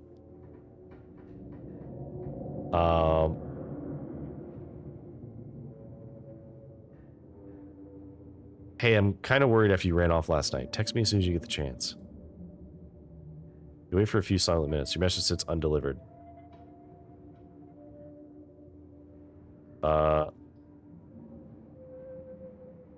Try and call her. Hey, what's up? Ah, just kidding. I'm not able to come to the phone right now. This is actually recording my voice. It isn't really me. Technology, huh? Anyways, leave a message or don't. I never check this thing. The mailbox is full and can't accept messages at this time.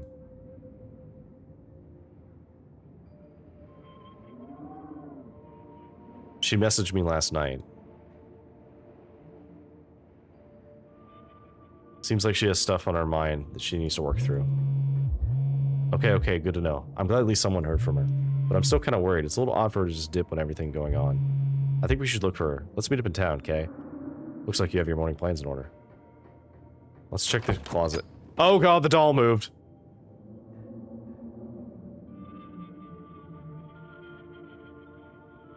Okay. Your long-dead creepy relative's creepy doll is the only thing different. Someone's been in here. Ooh, don't like that. Not a fan. Go take a shower, shall we? Step into the guest bathroom and into the shower. Feels good to wash away the grime of last night's haunting, but eventually you'll have to leave this place and confront the rest of the day. In the meantime, you... Think about the door in the clinic. Think about the afterlife. Think about Stella running off last night. Hopefully she's asleep again. Think about Rosalina. Think about Duke.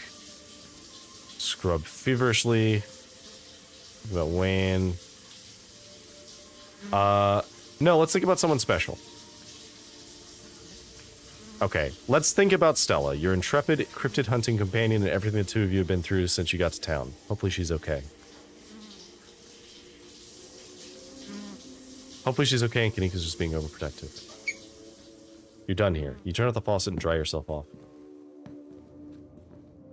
Head downstairs. Time to face your cousin. You find her in the kitchen. Her shoulders hunched in a tight ball of anxiety. They're striking. This week of all weeks, as if I didn't have enough on my plate already. Book smart. If history is anything to go off of, it almost doesn't matter how strong the strike seems, this is Tabitha's battle to lose. There isn't a union in Scarlet Hollow, which means a proper strike isn't even legal. Your cousin can do pretty much whatever she wants. Someone special. So true. She could fire everyone and wait them out, for instance, or pick and choose her targets. Mystical, that being said, doesn't even matter how the strike plays out. Any resolution would merely treat the symptoms of the disease rotting the heart of Scarlet Hollow. For things to stand any chance of getting better, there's something deeper you still have to fully uncover.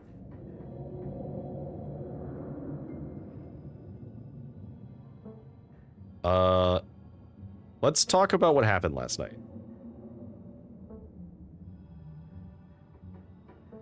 It feels good, doesn't it? Getting rid of something our family left behind like that. Sure, but you did most of the heavy lifting there. So it goes surreal. I still can't get over that. I can.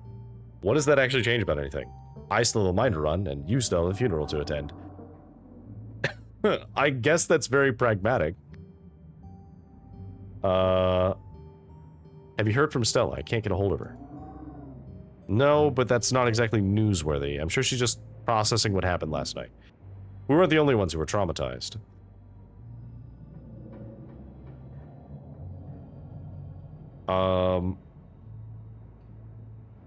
Let's talk about the strike. The strike is a symptom of the rot in this place, Tabitha. If we don't treat the underlying disease, it won't even matter who wins. Wow. There are a lot of options here. So we're gonna pick the first one. Ugh, you weirdo. Nobody talks like that. Not even Sybil talks like that. Okay. Do you know what the strikers want? I haven't seen a list of demands. I'm sure it's just the usual. I promise you that if any of them were in my shoes for a month, they'd be singing a different tune. So that's why the ditchlings are here. They were predicting the strike. Those doughy things we saw in the library yesterday? Look, I get it. There's weird stuff happening right now, but let's not muddy something as mundane as a strike with the supernatural. They're two entirely different things. Usually I'm pro-union, but no, let's not explore that option. You probably should have seen the- I will say you probably should have seen this coming. Who's to say I didn't? It wasn't really a question of if, more of a question of when. Forgive me if I didn't expect them to walk out a few days before my mother's funeral. Didn't even wait until Parlam was in the ground. Okay. Oh, we do have ads starting soon. Okay. I'm gonna let the ads run and stand up for a bit. We can just appreciate this lovely scene with Frou-Frou in the background. Or as Lilac was saying, was it Fro-Fro or Frau-Frau?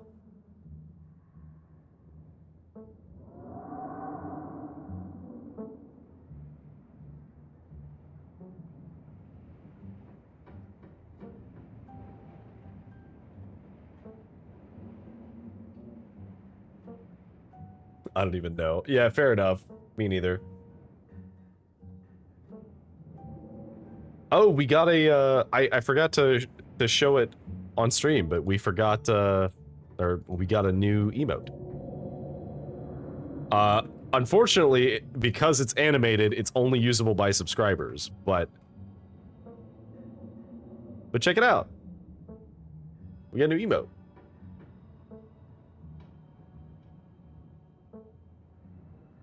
It is from this lovely artist on VGen named, it was Niffy. Let's see. Making sure I spell it right. Meow meow. It's, so, they have a, like a template for making the Sandevistan style effect from Cyberpunk. So But it's really cool. I'm so excited about it. It looks so good. It turned out great.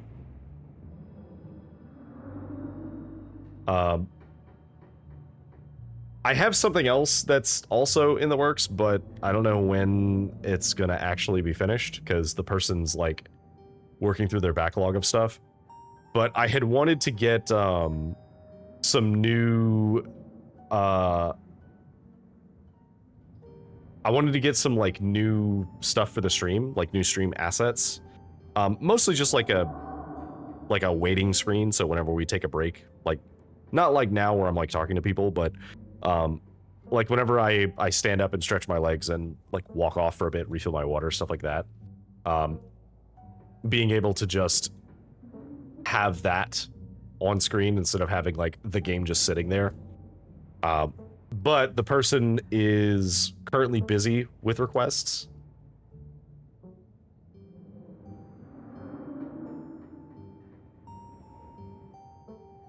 Okay. Let's see.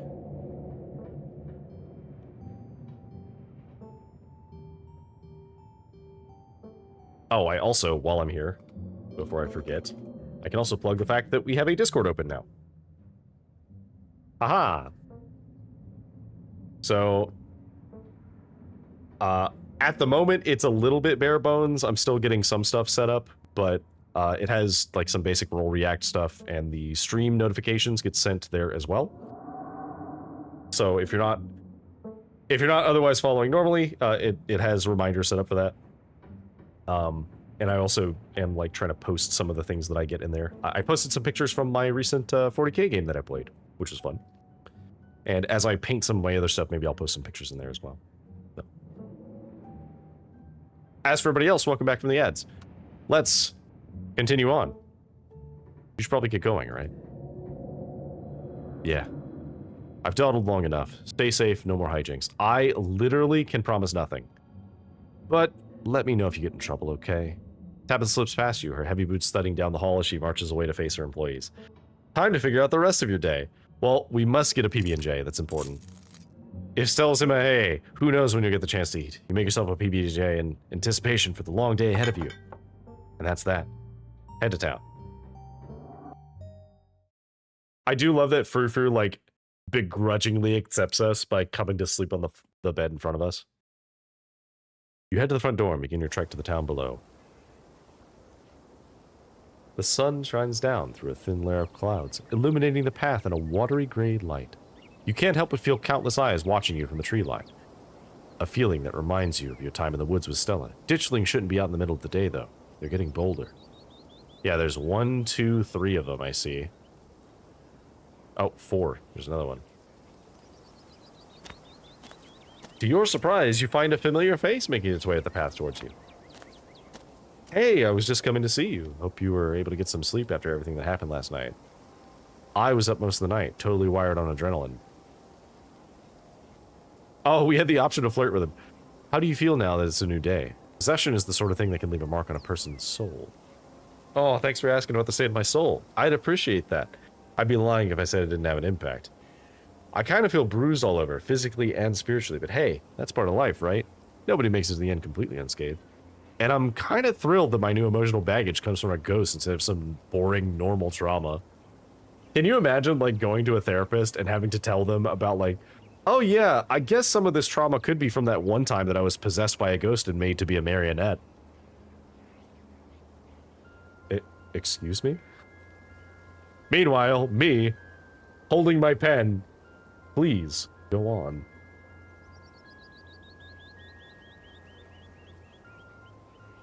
Alright. There's ditchlings everywhere, even though it's daytime. Avery turns to survey the tree line. I noticed a few on my way up. They're kind of funny now that I'm getting a good look at them, with their scrunched up little Shar-Pei faces. So, should I be worried about these things? I know they're a bad omen or something, but like, are they dangerous? They're not gonna eat me if I take a wrong turn, right? You need only fear what they foretell. Okay, cool and ominous, as long as being eaten alive isn't on the table. Unless they're foretelling a zombie invasion or something with werewolves, in which case, I guess I'm still stuck being eaten alive. Have you heard anything from Stella? I haven't heard from her, though we don't text much, and I haven't checked with Winnie to see if she came in for an early breakfast or anything. But if you haven't heard from her, that doesn't sound great. Seeing her like last night was awful. She's usually so unflappable. Kanika and I are meeting up to look for Stella. Do you want to come? Absolutely. I told Winnie I'd be coming in late today, so I've got time. I don't know how much time, though. From what I saw this morning, the diner is hopping. It's absolutely packed with the miners. They must be using it as a home base for the strike. Let's go to town. Yeah, good idea. You and Avery start back down the path to town. It isn't long until you once again find yourself on the main street of Scarlet Hollow. Deckard, you finally made it. You picked up Avery along the way. Hope you're both doing okay, like, emotionally. Yeah, I'm not too bad. That's good. I feel like I got crushed by a steamroller or something. Joints all out of whack, totally exhausted, and super foggy. Mom has been insisting I caught a cold, and I wasn't buying it, but as of this morning, I've come around. It's definitely something beyond exhaustion, even considering the ridiculously stressful week we've all had. But I'm not going to let that stop me from looking for Stella. I'm supposed to see your mom at some point today. Maybe she'll finally shed some light on some things. I'm not sure what she's planning to tell you today that she couldn't have told us all last night. Maybe she's going to read your fortune. After last night, I wouldn't doubt that she actually could. Your mom's had a bit of that Glinda vibe going for her. Yeah, maybe I should stop making fun of her whole New Age mystic thing. A lot's happened in the past couple of days. I need to take a page of Stella's book and just block this shit out. I need to be focused. I can't be having all these existential crises. There'll be plenty of time for tea after we found Stella.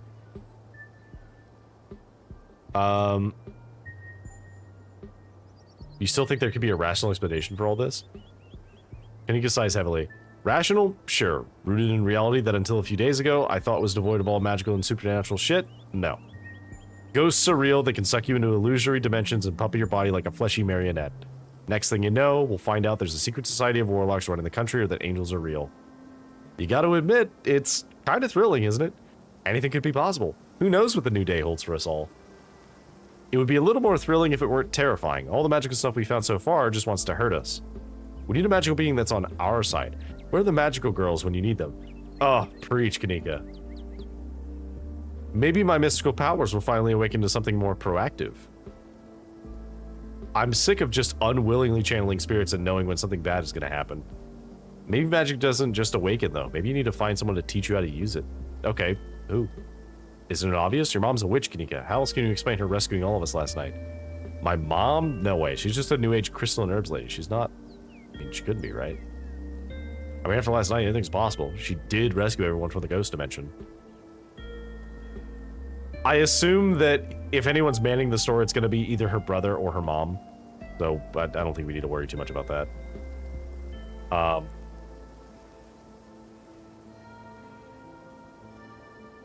Let's not dawdle. I'm worried about Stella, and it doesn't feel right to be doing anything until that isn't actively looking for her. Agreed. Let's go work. Where to first?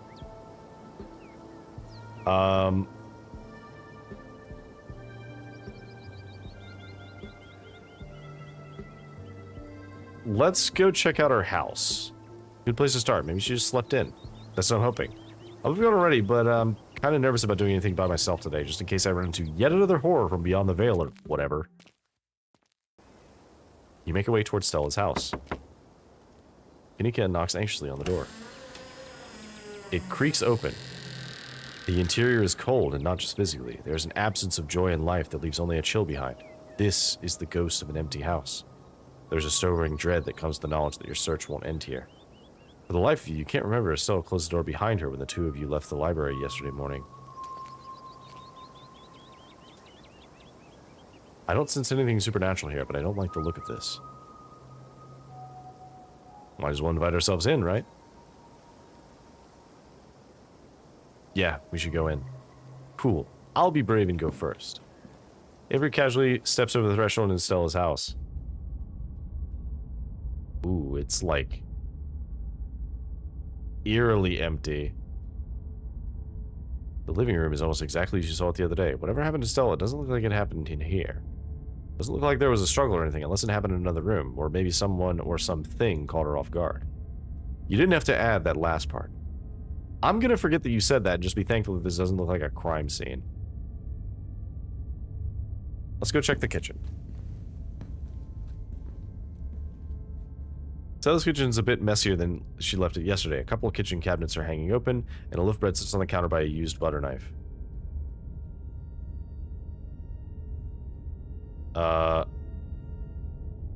Someone was here after Stella and I left yesterday. We didn't leave the kitchen like this. So what? Do you think someone rummaged through the kitchen? You must have come home last night. Why would anyone else leave the living room in one piece but just trash the kitchen? I mean, the town's surrounded by monsters. Maybe they got hungry. Or maybe she came home last night, had a snack, and didn't feel like putting things away. I feel that, but then that leaves us another question. If she came home last night, where did she go and why did she leave? And why haven't we been able to reach her? Let's go check her room. You make your way down your hall to what you assume must be Stella's room. Not here. It's a little untidy. It's the usual sort of untidiness that accumulates when someone doesn't have guests often in their bedroom. There aren't any signs of violence. Check her computer. I'm not sure we should be snooping on her computer. Isn't that an invasion of privacy? We already broke into her house. For all we know, there could be some sort of clue on there, like a note detailing exactly where she is. We didn't break into her house. The door was wide open.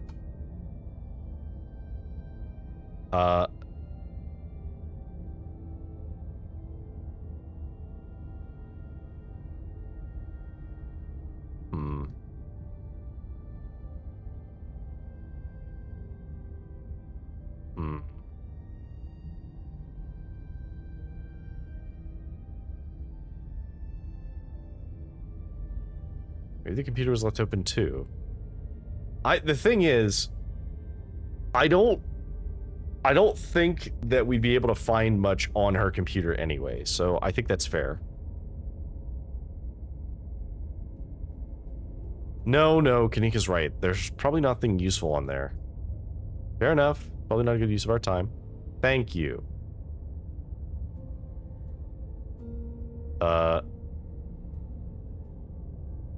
This sure looks like a room. Any thoughts? I didn't, but Lilac did. Was it useful? I mean, I can't go back, so... I love seeing someone's room before they've had a chance to clean it up for company. It's a little snapshot, you know? Speak for yourself. If the roles were reversed and I was missing and you and Stella were poking around in my room unannounced, I'd be completely mortified. Spoken like someone with a whole lot of secrets. My room is immaculate. A guest could drop by unannounced at 2 a.m. and I wouldn't sweat a thing. Congratulations on having your shit together. Thank you. I come by it honest. I will say that this is what her room's been like for pretty much the entire time I've known her. The only thing that's changed is the computer getting a lot fancier. It could use more houseplants. I'll put together some trimmings after we found her. Oh, she still does those corkboard with string things. She loves putting the strings on there. I don't think they actually mean anything, but they're more for decoration anyway. I don't think we're going to find much else here. Let's move on. Visit Stella's on Thursday morning. Okay, so she probably came home last night, but she's not here now, and we don't have any idea where she might have gone. I thought I was overreacting this morning. I hope she'd just be sleeping in. I can't believe she's actually missing. We'll find her. Where to next? I don't think we go to the cops. They are literally worthless. They have done actually nothing useful the entire time we have ever spoken to them. I do not trust them to do anything now. Let's check on Oscar. Hope nothing else happened after we all went home last night. They're so brave for sleeping in that house after everything we went through. I'd rather sleep in the woods with the ditchlings than someplace that was that haunted. Your mom said it's safe. I'm inclined to believe her. Why would she lie? But how would she know that? Magic, probably, but there's only one way to find out. Let's go. Visit Oscar. Library card. Morning light streams in through the library's large windows. In the bright daylight, it's once again a place of comfort, all menace having fled in the wake of Charles Shaw Jr.'s departure. No ghost, thank God. I was not up for an encore. Yeah, it's gone, just like your mom said it would be. I guess Oscar must be in the back. I know that's where I'd be if I finally got my house back. I've always been surprised at how unsupervised this place is. Sometimes it feels like anyone could just walk in and do whatever they want. Like what, steal books? I mean, they could, right? I'm not saying anybody would. I'm just saying that people in this town trust each other a lot. It's nice. Let's go find Oscar. Yeah, I agree, that is really nice. Less than worthless. You make your way back towards the annex. It feels strange to be back here in the light of day, as if the events of the previous evening were all just a terrible dream. More accurately, it feels as if the events of the previous evening were mostly just a dream. That hideous stone carving is still buried in the basement, and though it's subtle and subdued, you can still feel the faintest hums of reaching out from it. This hallway really takes me back. It feels like only yesterday we were last here, blissfully unaware that our entire lives are about to change forever. It was only yesterday. I know. Kanika knocks on the door. Oh, good morning. So good to see all of you. Please, come on in.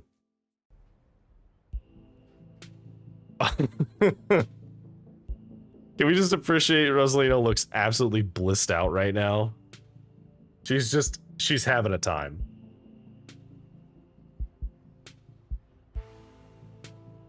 You're doing really great, Rosalina. Not a lot of kids your age can take shots that well. You're being so brave.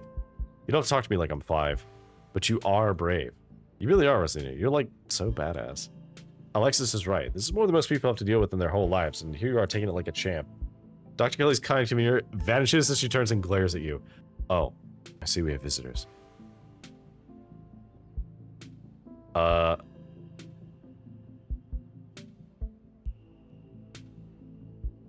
is she, Doc? She can tell us herself. What do you say, Rosalina? How are you? Tired, my leg hurts a lot, but the medicine's helping, so it's not so bad now. Plus, I got to lie down in an actual bed last night, and you have no idea how good that felt. Thanks, Deckard. I can't believe you got any sleep last night after all that ghost stuff. I just sat on the couch with all the lights on. I don't think I slept at all. I really needed some rest after, you know, the hospital and my foot. Your body is desperately trying to get you to rest. All that activity yesterday was pretty brutal on your injury. It's never going to stop hurting if you keep pushing yourself. So what are you not going to do today? Anything? That's right, you're staying here. No walking around, no investigating haunted houses. Sorry, Dr. Kelly. I should have been better at stopping her. I take full responsibility. As her father, I should have. No need for anyone to step in to take the blame for anything. It's the hospital's fault for sending her home at all. It's gross negligence if you ask me. But give it time. Then you can do all the activities you want. All right, Rosalina? Millennial skinny jeans. Right. I do like I think I have one pair of skinny jeans. I do like them.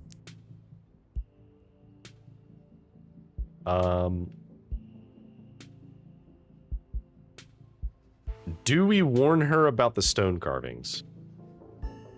So, Dark Kelly, you're gonna start poisoning her now too? We can be so mean to her. Oh man. Okay. I'm guessing Charlie didn't come back for an encore. Not as far as I know. I slept in Rosalina's room and made sure to put some heavy objects on top of the hatch just to give myself an extra peace of mind. But nothing happened. Good enough for me. I didn't see anything either, but even if something did happen, I wouldn't know. I was asleep as soon as my head hit the pillow. I'm too tired to worry about ghosts anymore, to be honest. Losing a limb will do that, especially if you decide to tromp around the next day like nothing happened. I would have been fine if it weren't for Charlie. Good thing he's gone then. And let's hope he stays gone. Wait, Oscar, did you tell Dr. Kelly about... Yeah, I told her everything. He did. I'm sorry that happened. Dr. Kelly's steel gaze is impenetrable. It's impossible to tell if she genuinely believed Oscar's story or if she decided she's better off humoring him. How's Reese? Ask about Reese. Well, I am asking about Reese. I knew you'd want to know. He's fine. Had a rough night, but he'll recover. Used to this sort of thing. He just needs a couple of days to get back on his feet. That means no more excitement, not even a movie. Sorry to hear that, Dr. Kelly. My baby.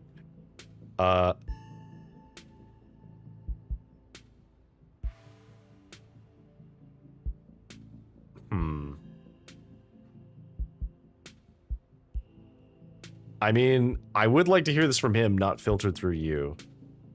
He's sick, so you won't be hearing it from him. And I can't say I care for your tone right now. Has anyone seen Stella since last night? Not since dinner. She hasn't gotten in touch with any of you. She texted me last night, but I haven't heard from her since. I feel terrible. This is my fault, isn't it? I should have done a better job warning her, right? Stella was practically banging your door trying to get evidence of ghosts. I don't think you were going to be able to stop her. There's no way you could have known how she would react when she found it. I don't even think she knew how she'd react. And besides, you didn't know how bad it was going to get. You can't blame yourself for everything, man. I know you probably feel like it's your responsibility to make sure everyone around you is okay, but sometimes that's just not possible. You're only one guy. That's what Rosalina's always saying. I suppose I do apologize more than I should. Oh, Oscar, I feel that. You really do. Oh. Oscar, I was not expecting to identify so heavily with you, but, oh boy. Okay. Oscar's a good boy. He is. He's doing his best. And not a cryptid. I'm not convinced he's not a cryptid, but he is a good boy. Warn Dr. Kelly about the stone carvings and what you felt in the clinic. We found something in Oscar's house last night, a stone carving that gave me and Tabitha a vision about what had happened there. There was one in the mines the other night too. Both of them has sort of pull on me. Whatever they are, there's something like them in your clinic. I felt it last night. Those things are cursed. It's only a matter of time before something terrible happens at the clinic. You and Reese have to leave immediately. No, I don't think we will. Just because you decide to try and involve yourself in everyone's problems doesn't mean I want you to invade my space and try to deconstruct the life I've built. All of it based on what? A feeling? Should I try my guava, passion fruit, caffeinated drink, or whatever? Yeah, sure, why not? I'm still sipping on this, like the vanilla highball seltzer.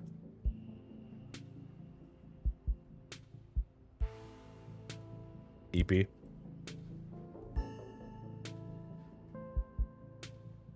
The vanilla highball seltzers, it's okay. It's like the complete opposite of refreshing. Like when I was sipping it, I realized I needed my actual water. Because like every sip I took, I just felt more thirsty. Leave us alone. My son and I are fine without your help. But if something does happen at the clinic, aren't you worried about Reese? If it's anything that happened to us last night, he'll be fine. If something happens, I can take care of him, so none of you need to come snooping around. Oh, I'm so tempted to confront her.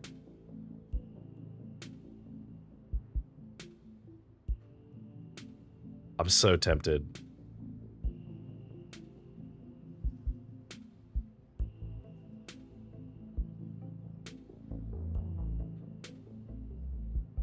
Do we confront her on that?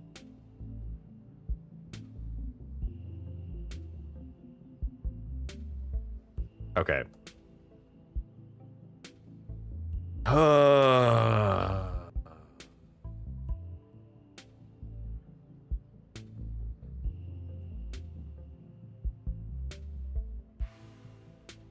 You know what? I am.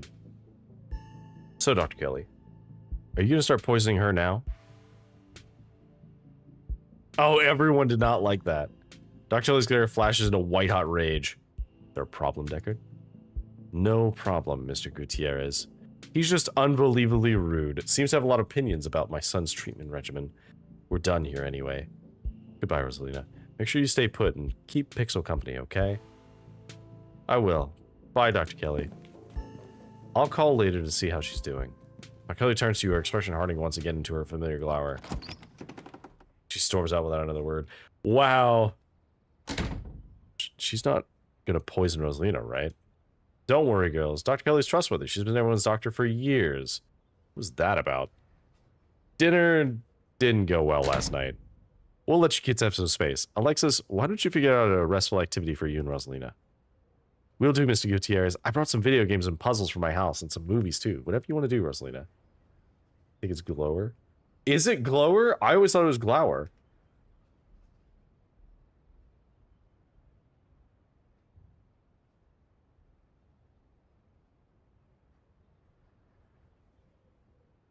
Let's see. Pronounced glower rhymes with flower.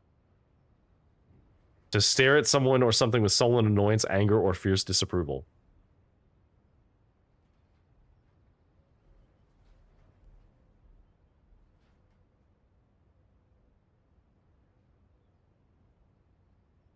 I don't like that. Look, I could not tell you why it is pronounced that way, but, you know, look, there's a lot of words that I've read that I've not heard, and so I definitely have had times where I will, especially like for anybody who's been watching my my Rogue Trader playthrough, there's so many words that like I know part of the pronunciation, but then like I've not heard someone say it, and then I realize, oh no, I have to say this word out loud. This is yucky and not worth it. Oh no. Oh, should I come try a sip? Do you want me to come try a sip? Yeah, okay. I will be right back.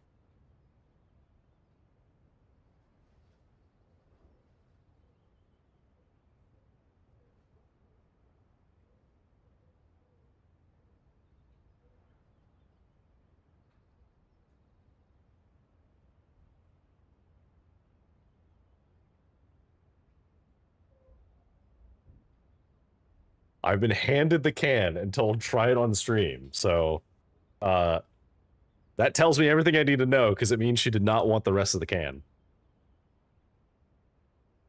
It doesn't really have a smell at all. It's just like vague. It smells kind of like a fruit's rind, maybe? It'll be better after the vanilla, I'm sure.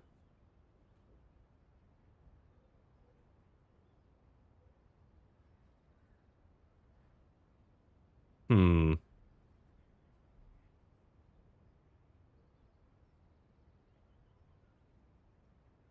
It tastes like a fruit that is starting to ferment. Like, it's not fermented yet, but it's starting to. Ugh. Yeah, that's not very good. That's, what is this? Passion fruit guava with cascara superfruit. It's a superfruit soda. Okay. I mean, I like cool, I guess. Ugh.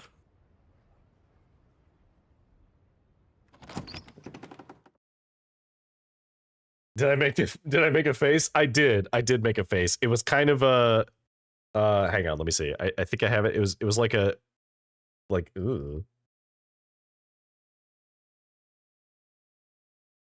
Sometimes when you make a face you look like Beaker. Yeah, I'm sure. Oscar rushes you down back to the library. What's up? Is everything okay? Yeah, everything's fine, or at least much better than yesterday. I can't thank you all enough. I'd like to be as helpful as I can from here on out. Now that our little situation is dealt with, I'll finally have time to dig into the town archives. Our house is haunted because someone was murdered there. The mine collapsed the other night, as was at a site of a mass grave. With enough research, maybe we'll be able to get a step ahead of the next crisis. Maybe we can actually preempt it. That is, assuming there's going to be a next crisis, but something tells me we aren't in the clear yet. We should compare notes. Not that I have any to start with, but if you know anything that might narrow down my research, it could save a lot of time.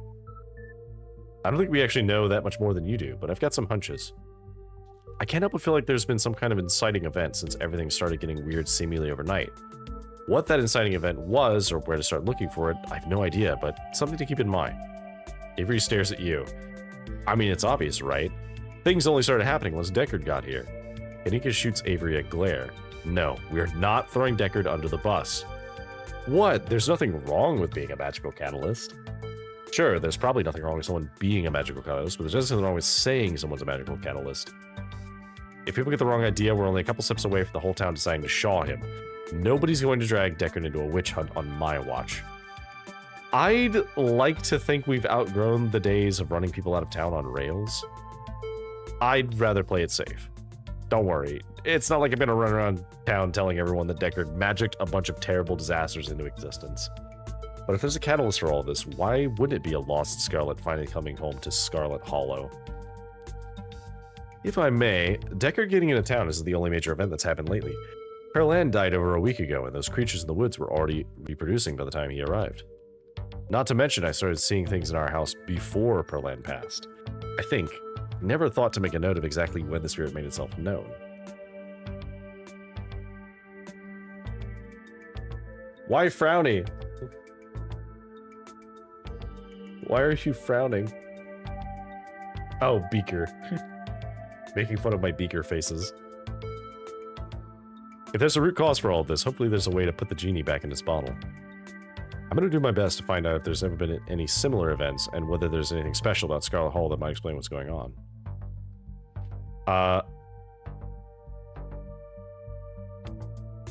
Those carvings I warned Dr. Kelly about are important.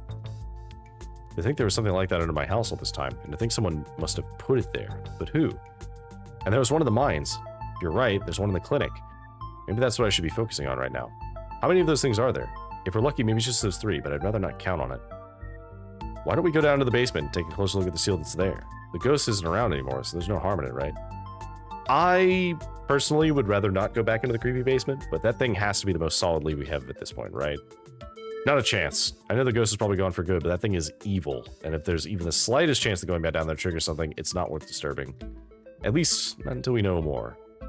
But this is our only chance to. My daughter's safety comes first right now. We finally have our house back, and I'm not taking any risks until we know what we're dealing with. I think Dr. Kelly is hiding something. Dinner last night was weird.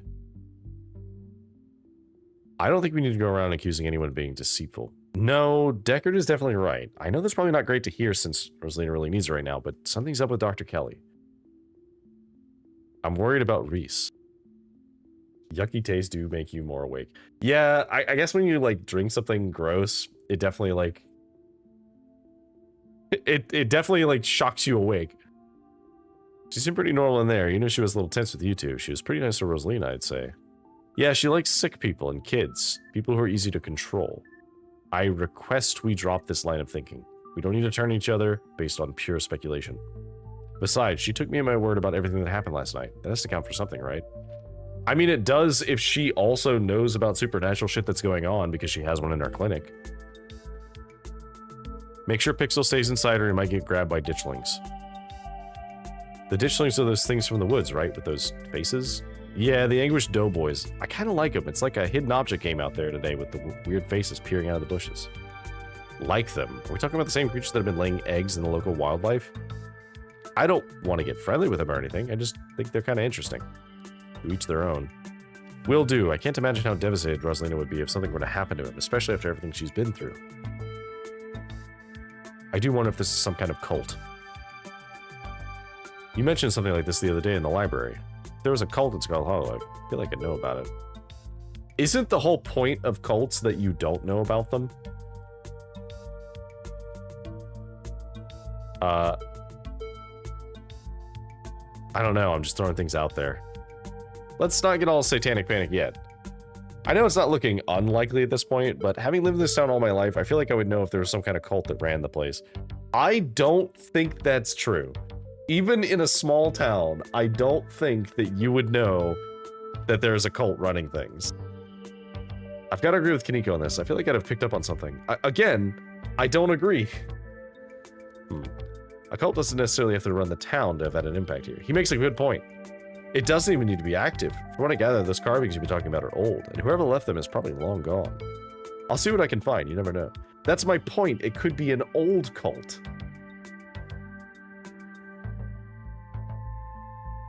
It sounds like you got something to work on. We should get back to looking for Stella.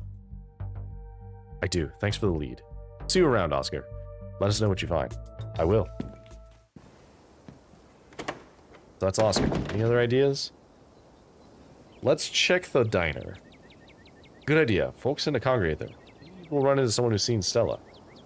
Here's hoping Winnie doesn't try to rope me into clocking in early. The diner is busier than you've ever seen it. The small booth's packed with miners. What's going on? There's a strike up at the mines. They made the diner their base of operations. Huh, good for them. About time something like this happened. When you asked for the morning off, I didn't think you'd be showing up with friends. Sorry, Aunt Winnie. Stella's going missing, and I've been helping these two track her down. You haven't seen her, have you?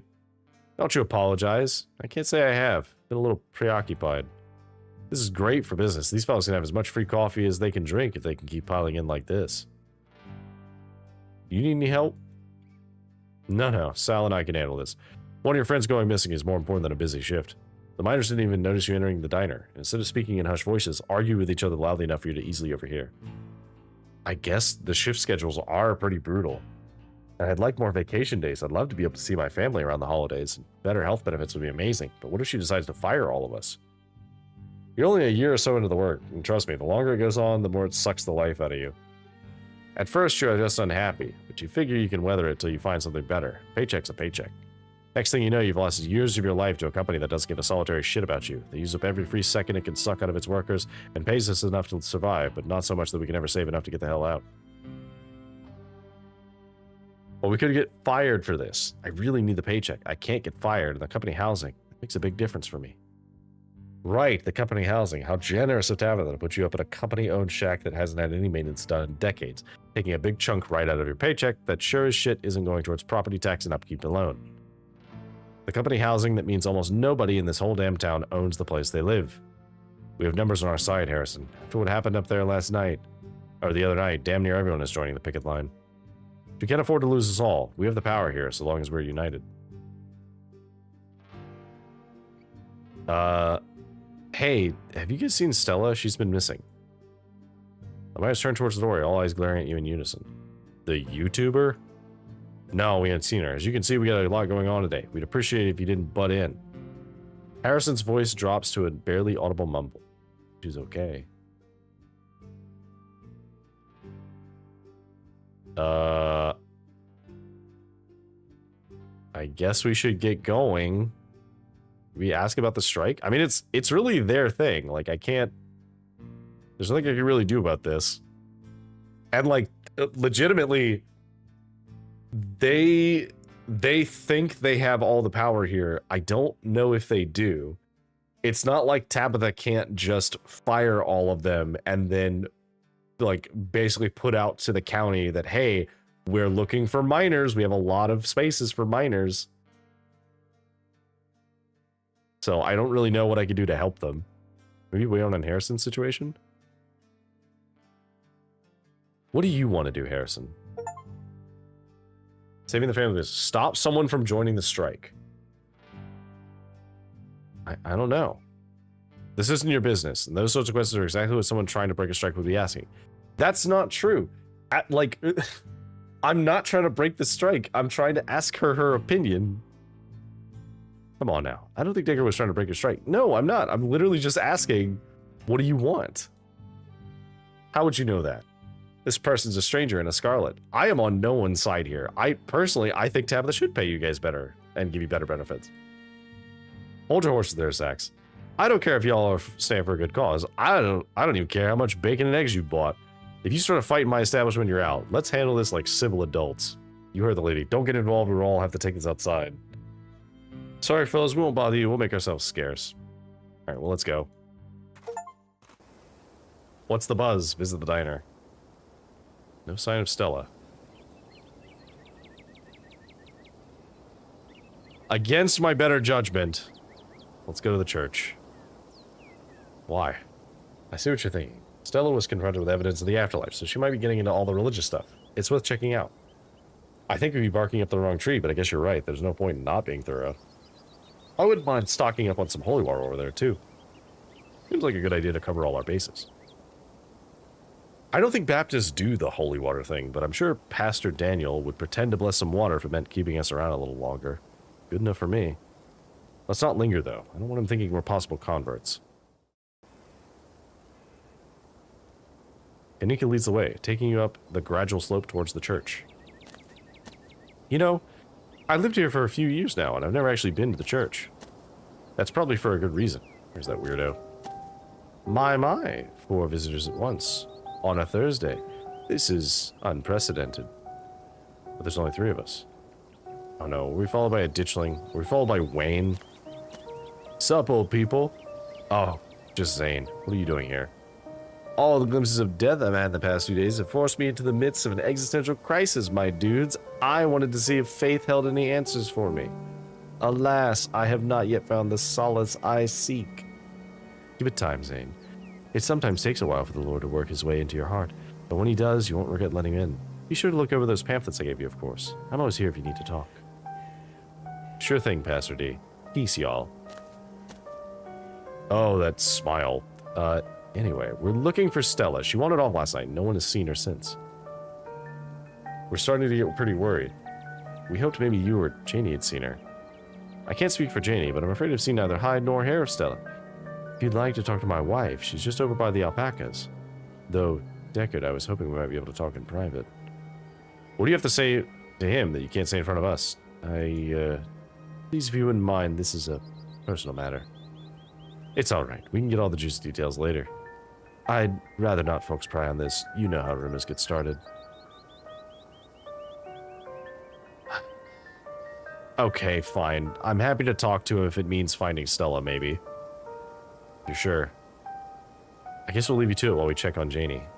We'll be right over by the fence that's conveniently in your line of sight, okay? See you in a minute. Your friends head off towards Janie and the alpacas, leaving you alone with the nervous pastor. I'm so glad you decided to come up to visit me.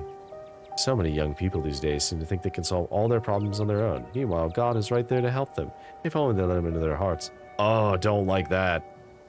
The pastor's eyes dart back towards the alpacas. Okay, good. They're gone. You're new in town. What kind of impression did I make on you? Am I creepy? Whenever I see you, it's like this ominous little piano starts playing. You're talking about a metaphorical piano, right? Because I can't say I've heard one follow me around. It wasn't always like this, you know. Believe it or not, before I moved to Scarlet Hollow, I used to be pretty popular. I was one of the cool kids over at Harvard Divinity School. He's interrupted by the sounds of a snapping twig and a high-pitched giggle, partly muffled by the underbrush on the edge of the property. Tulip, come out of there. You're not supposed to play in the woods. Tulip wants back in the woods, quiet as she hesitates. Tulip, are you going to be good, or are we going to skip story time tonight? I'll be good. You don't have to skip story time. I won't go into the woods, I promise. I know you won't, Tulip, because you know it's too dangerous for little girls in there. Why don't you help Mama with the alpacas? It's about time they get fed. Give them hay. Tulip smiles broadly, seemingly excited by the prospect, and hurries off. Sorry, I had to have a firm parenting moment there. She's been trying to run off into those woods a lot lately, and it's really dangerous, even for adults. There's this massive trash dump not far past the trees. It must have been at least 50 years old, so it's all grown over and looks like part of the landscape. But if you accidentally walk on it, you might find yourself falling into a hip-deep mound of rusty cans and broken glass. Tulip made up some imaginary friends and keep telling us they want her to go out there. Like the word of some fictional creatures she made up just to convince us it's a good idea to play in somebody's old garbage. Tetanus Lake, yes. That's what Stella called it. She's 7, of course she gets some funny ideas like that. I'd love to get the community to rally around a big cleanup. It's about time somebody got rid of all that junk. Oh, Tetanus Lake. Stella told me about it. Tetanus Lake. That's an accurate name. I wonder if Tulip would stay away if I started calling it that, or if it'll only make it sound more alluring.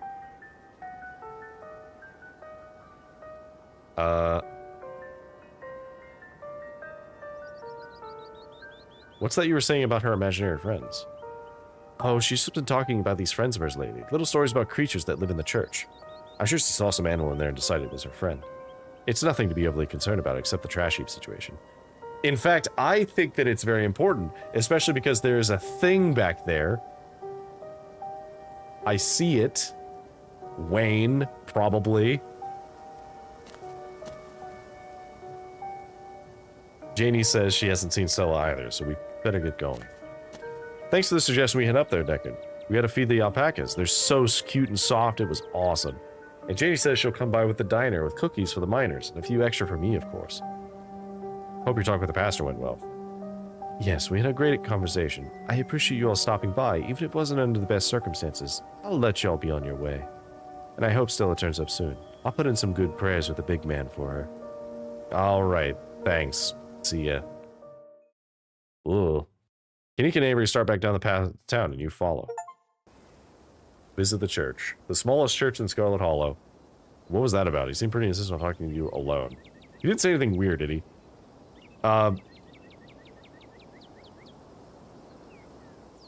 Tulips apparently made some weird imaginary friends. We might want to check it out later this week. Kids making up imaginary friends all the time.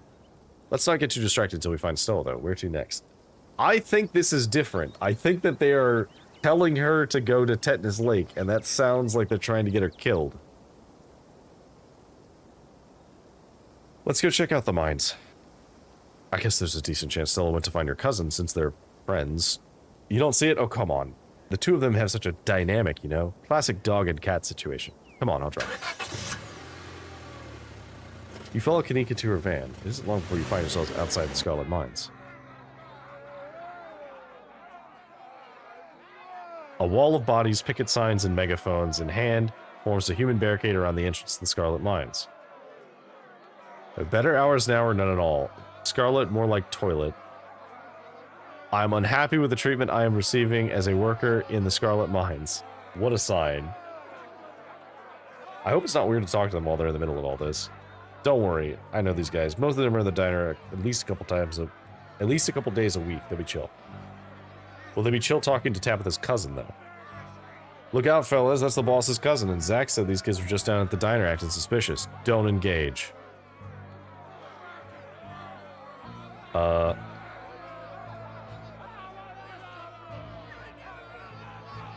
I'm pretty sure she knows you're striking. There's nothing I can tell her she doesn't already know. Might just collectively ignore you. Have any of you seen Stella Richmond? She went missing sometime in the past day. I've been able to find her. The YouTuber? She's the one on all the banned for property posters, right? We haven't seen her. Been out all day, so we'd know if she came by. Oh no, this isn't looking good. It's okay. Just because she hasn't been seen today doesn't mean something bad happened to her. We'll make sure to keep an eye out. Can't say it will be much help, though. We'll just be standing here for the foreseeable future. Why are the cops here? Miss Scarlet requested we supervise the situation. The mine's the source of a lot of jobs in town, and she just wanted to make sure nobody did anything hasty while expressing their concerns. That's a polite way of saying they're here to intimidate us. A little reminder from the boss that she owns more than just the coal mines. Simmer down, nobody's here to intimidate anyone, but the Scarlet Mines are private property. Miss Scarlet has every right to request some oversight during a tense situation. There's a lot more of us than there are of you.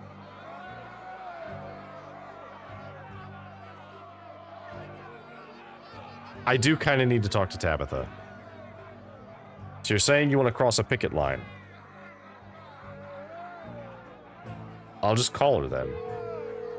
Hello? What is it? You're not about to get eaten by the Babadook or something weird like that, right? I'm in grave danger. A skunk ape is about to eat me. Yeah, I'm fine. Thank God. But if you're not in danger, why are you calling me? I'm kind of in the middle of something right now.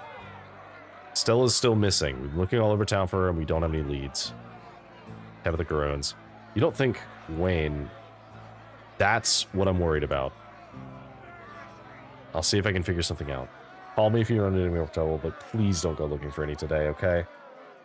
The Babadook, the gay icon. The very same. I don't need you going missing too. I've got to go, sorry. She hangs up the phone. That doesn't sound like she knows where Stella is. Come on, let's go. We can figure out our next move when we get back to town. Where to next? Nope, I'm not even going to bother with the cops. The cops are already there, and I don't think they're going to have anything useful to say. I'm supposed to get tea with your mom today. Maybe she'll have some ideas. Sure, we can humor her. She's probably going to give you some rocks or bundles of herbs for protection or something, which might actually work. Who knows? Guess there's only one way to find out. Let's do it. The bells of the general store chime welcomingly as the three of you enter. Kanika, there you are. You were supposed to stay in bed today, remember? And hello, you two. Hope you both recovered from last night's fiasco. Sorry, Mom, it's just Stella's missing, and Stella can take care of herself. Unlike you.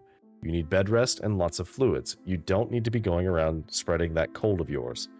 Go on, get up to bed. I'll be up in a minute with more tea. I thought you had some kind of important thing to talk to Deckard about. I'm really feeling okay. I want to hear what you say to him. I'll just be doing a tea reading. Haven't those always bored you to tears? Okay, you're right. I'm not feeling well. I should really lie down. Bye, Deckard.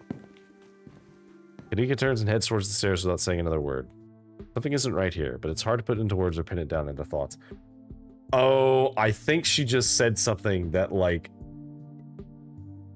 triggered something in Kanika. And I'm sorry to be a bad host, Avery, but I was hoping Deckard and I could do our reading in private. I'm sure Winnie needs help at the diner. Oh, you're right. I've totally left her on her own today. Fine by me. I wouldn't want to mess with your tea vibes. I'm sure these are very particular. Oh, but before I go, I did want to ask. Are you a witch? As flattered as I am to think that you think I'm magical, I'm just an old lady who likes tea and has a few unusual hobbies. Look, I'm just saying, doing stuff like reading tea leaves is pretty witchy as far as I'm concerned, but I won't push it. But just so you know, if you are a witch, you can totally tell us. We'd be cool about it. I'll leave y'all to your not supernatural private tea leaf reading. Catch up tomorrow, Deckard. They make their way down the general store. Make their way out of the general store, disappearing down the street in the direction of the diner. Shall we? Sybil motions to the tea room. Follow to the tea room. Please, have a seat. I'll bring you a fresh cup. You take a seat at the small table at the edge of the room. It's dark here, only a sliver of sunlight able to filter through the heavy curtains, supplemented by the bright glow lights over the plant in the corner. Booksmart, it's castor bean. An incredibly toxic plant and strange for a tea maker to keep around her workspace. It's so pretty, though. Sybil joins you at the table and places a cup in front of you. It smells light and citrusy, with an undercurrent of decaying earth. It's the same tea you sampled with Avery at the diner on Tuesday. I'll be able to do a reading once you're done. Until then, how about we just chat? How did you wind up in Scarlet Hollow? Oh, my family's been in these hills for a long time. That's how I know so much of the local flora. Everything I've learned was handed down from generations of hill folk. There hasn't been a reliable doctor up here, especially not one most folks could afford. They have to figure out their own medicine. The other day you promised to tell me, what was it? Unsavory tales of my mom's youth? I most certainly did, though I might have been exaggerating a bit for dramatic effect. I'm prone to do that. In a town this size, you get to know everybody, no matter what the age difference might be. Vivian was a little younger than me, which meant I always had a certain older sister instinct about her. Her family wasn't good to her. Pearl Ann was a lot like your great-grandmother, Edwardine, which is to say, she was not a very kind person. Similar to Tabitha, but with more social grace and considerably more hatred for her fellow man. But your mother wasn't a shrinking violet either. She was just as stubborn as any other Scarlet, so her family choosing her as a punching bag made her quite the rebel. Why were Pearl Ann and my mom raised by Edwardine? What happened to their mother? Their entry into this world was violent, I'm afraid. Their mother was young. Too young to be pregnant, especially with twins. She didn't survive the labor. What do you know about my grandmother? I'm afraid there isn't much I can tell you. I think there were two in that generation. The youngest died when the girls were still children. Edwardine never spoke about them, nor did your mother. I feel like I know a lot about the women in my family, but what about the men? Did they even exist? I suppose they just haven't been very noteworthy since Edwardine took over the mines. Our husband died a long time ago, and to be quite honest, I can't even recall his name. Might have been Stuart or something just as forgettable. From what Vivian said, her father was some teenage fling that ended once your grandmother found out she was pregnant. I'm fairly certain it was similar for Vivian, though she was much older, and I believe she was the one who ended it.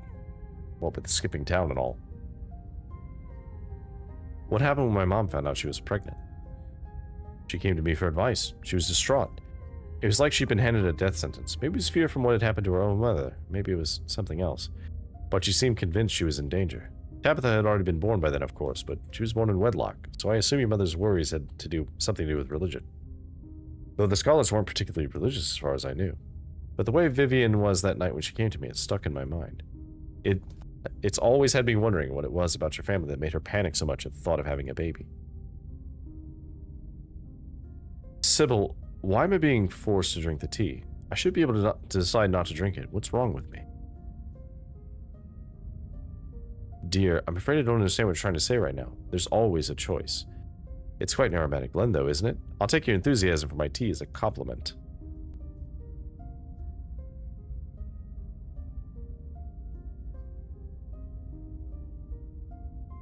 What's with all the mystery and ritual? If you have something to tell me, just come out and say it. I'll need your tea leaves first. I have pieces of the puzzle, but the tea leaves should help to give me the full picture. Can I say this again? Dear, you just asked me that. You don't have to do anything. Sybil, why am I being forced to drink the tea? I should be able to decide not to drink it. What's wrong with me?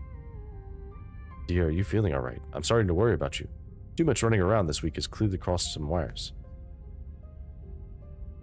Okay, I don't know what this is going to do, but I'm going to keep trying. Sybil, why am I being forced to drink the tea? I should be able to decide not to drink it. What's wrong with me? Sybil doesn't respond, though her eyes watch you with great concern. Sip your tea. Tea reading. Drink the tea. It's good for you. You take the tea, sipping it delicately. The citrus smell is fleeting, quickly replaced with the earthiness at its core, like you've taken a mouthful of dirt. The aftertaste combines the two flavors into something soothing and medicinal, and you find yourself feeling more comfortable, your muscles relaxing for the first time in days. It's soothing beyond what you'd expect out of ordinary tea. There must be something magical at work in this blend. Finish the tea. You close your eyes and take another sip, and then another. It's delightful.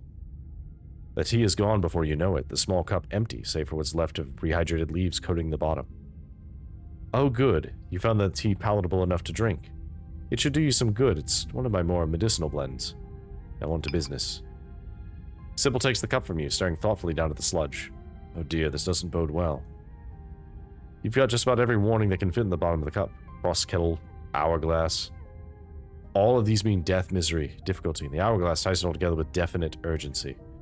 It's fair to assume that this all has to do with whatever brought the ditchlings. Something is coming, and whether any of us can stop it, I'm not sure.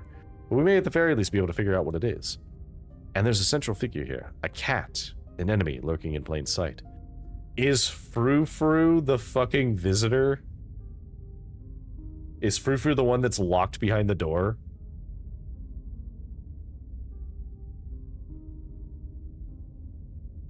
Alternatively, I guess the cat could be Kelly? I'd like to see. I'm sure it wouldn't make much sense to most people. It'd probably look like a confusing mess of old leaves, but you're free to take a look. Take the cup and stare down into it. It's just leaves. There's no pattern, nothing swimming together in the dregs of your tea to give you any warning or premonitions. After a long moment, Sybil takes the cup from you. I hope that settled your curiosity. Don't worry if you couldn't make any sense of it. It takes you years to learn this sort of thing, even for someone with your propensities. She winks conspiratorially.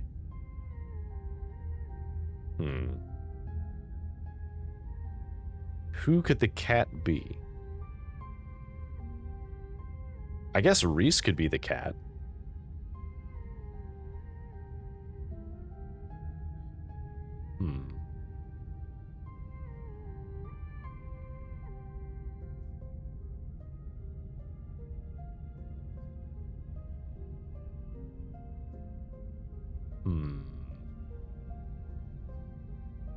I don't think it's literally the cats. I'm gonna say Dr. Kelly. The cat could be Dr. Kelly. She's been nothing but hostile since I met her. Joan Kelly's just a very blunt woman, bless her soul. Reese's condition puts a great strain on the both of them, and I'm sure she doesn't mean to come across the way she does. That kind of stress would do the same to anyone. But she's not a friend of yours, and she's not family, so she lacks the closeness required to be the cat. You don't have to figure out an answer right away. It often takes time for the mind to connect the dots. Just be on the guard and keep vigilant that someone close to you isn't to be trusted. We know from the ditchlings that something terrible is coming your way, and it's likely that it's connected to some hidden enemy. Perhaps we can try to counteract whatever might be planned for you. Judging by what you told me last night, those stone carvings, seals, whatever you want to call them, I think it's likely they have something to do with this. Until the cat reveals itself, it seems like your best action is to seek these carvings out, piece together what you can from your visions, and arm yourself with the information. Have you sensed any others around town? You think you might be able to find another? Your thoughts drift to the door yesterday, the one that seemed to draw you in, urging you to go deeper into the clinic. Even just remembering it is enough to tug at you, compelling you to return and open it to see what's on the other side. You can find Saul later. Maybe you can find her there. What's important now is finally seeing what's hidden in the clinic. I think I felt another in the clinic. That's good, if you can find your way inside and uncover another stone. That could give you a leg up over your adversary. Alright. We have an ad starting soon, or an ad starting now. So I'm going to take this moment to like stand up and stretch my legs. Maybe go to the bathroom real quick. So I will be right back.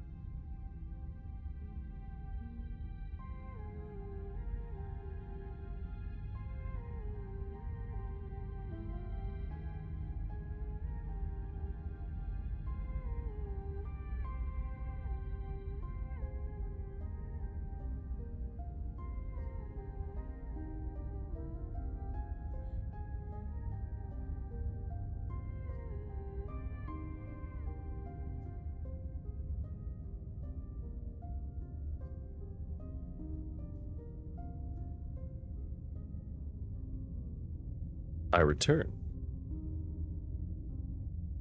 Alright.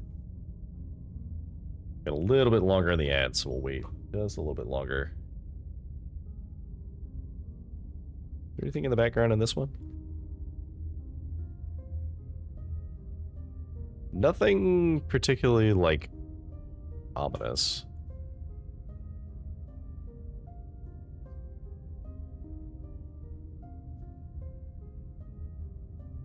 God, I would love one of these, like, sorting cabinets for my magic cards. Finding these is insanely hard, though, because they're usually very, very expensive.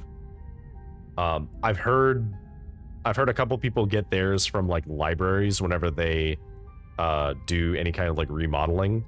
They'll sometimes sell these for cheaper.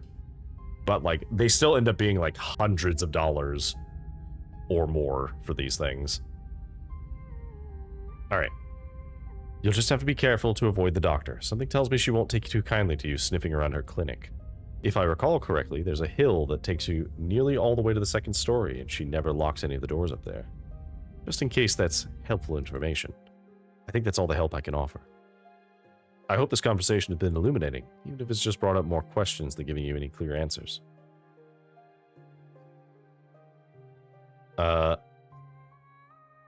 You helped last night. Why don't you come with me? I may have been able to see through the spirit's illusions, but I'm not some kind of all-powerful entity. I'm an old woman. I have trouble with my knees, and my eyesight isn't what it used to be. In most situations, I'd be more of a liability than a helpful companion. Imagine if I'd been in those mines with you. Some use I'd be, struggling to climb over rocks and ladders, throwing my back out from all the crouching. Thanks. I'll let you know if I find anything. Glad to hear it. I hope all goes well, and I wish you luck. Hopefully you won't need it.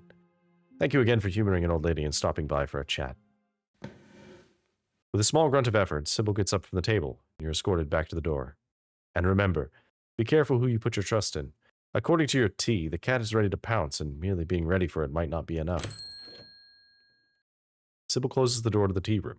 The bells of its door are strangely flat in the stale air of the nearly empty general store. Let's go check on Kanika. Not going anywhere before checking on her. You make your way upstairs. Knock. Mom, I really don't need any more tea. I think I'm just going to lie down for a while. I'm not your mom. Oh, Deckard, what's up?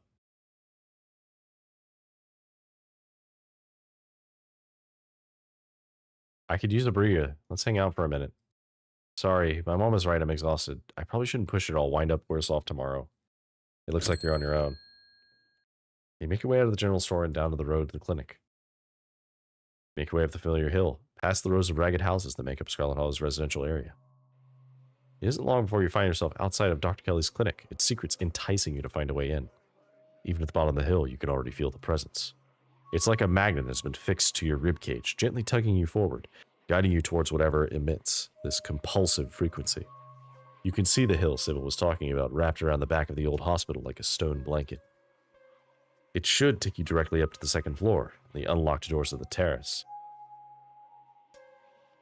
Mystical. Just go in through the door, no one will see you. Interesting. Very interesting. Yeah, let's just walk in. You found at times that if you haven't wished to be seen, there's been nothing stopping you from remaining hidden. Graveyards, abandoned buildings, old tunnels. You've been in all sorts of strange and unusual places without incident. And for some reason tonight, Dr. Kelly's clinic feels no different. You haphazardly make your way up to the wooden stairs of the clinic's wraparound porch, taking steps in strange patterns. To an outside observer, you don't appear to be drunk, but there's an unconscious method to your conscious madness, though even you would be hard-pressed to describe it. There's no creak or moan of ancient wood as you make your way to the door. Silence. You push the door open slowly and slip in. You can see the doc at a desk in some room down the hall. She hasn't noticed you. You shut the door silently, watching her closely. You're in the clinic, free to explore as you please. Or rather, you're free to explore as you please. You can feel that odd sensation again, the nagging pull of whatever it was that wanted you to find it. You're here now, and you know it's here. And you know exactly what it is. Another stone carving, eager to show you its secrets. You've been caught by its gravity, and overwhelming curiosity guiding you around a corner and towards a dark doorway under the stairs. It's been left ajar, as if inviting you to enter. Turn on the lights. Oh, fuck, hi! The light clicks on, you're in the morgue. Deckard, what are you doing in the morgue?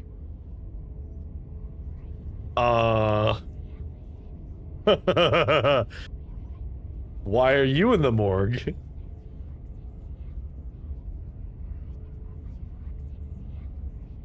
Yeah, what are you doing in the morgue?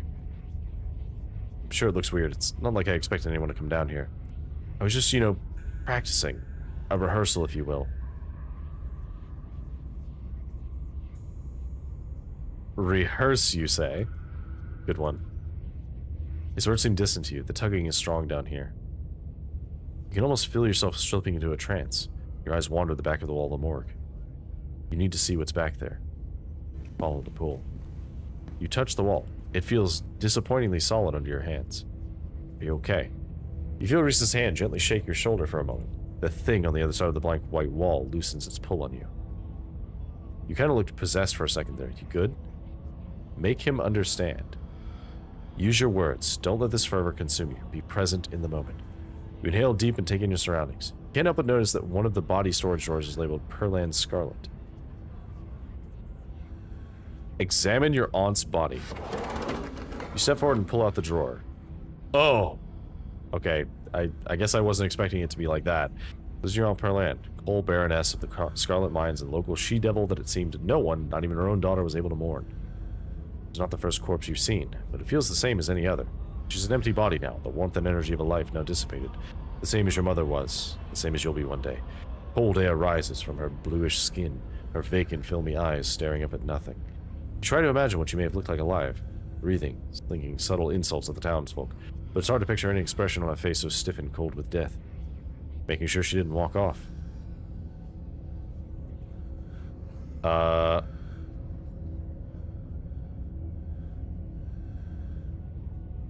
With everything going on lately, it's good to check. I'll get the doc to make sure the drawer is locked from now on. Be safe on the safe side. Having seen what was there to see, you slide the drawer back in and close it. The mines had a stone carving the other night, as had Oscar's house yesterday. They've been giving me visions, and I can sense one on the other side of this wall. I need to see it. Reese glances back at the wall. You're really serious, aren't you?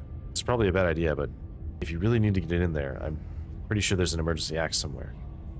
I just need to get the doc out of your hair. Should take 2 seconds. Oh, out of our hair. Get the doc out of our hair. Yeah, if I say I'm sick or need something, she'll drop whatever she's doing and do it for me. Surefire way to get her out of the house. Most of the time it's true, anyway. Use what you gotta get what you need, no shame in that.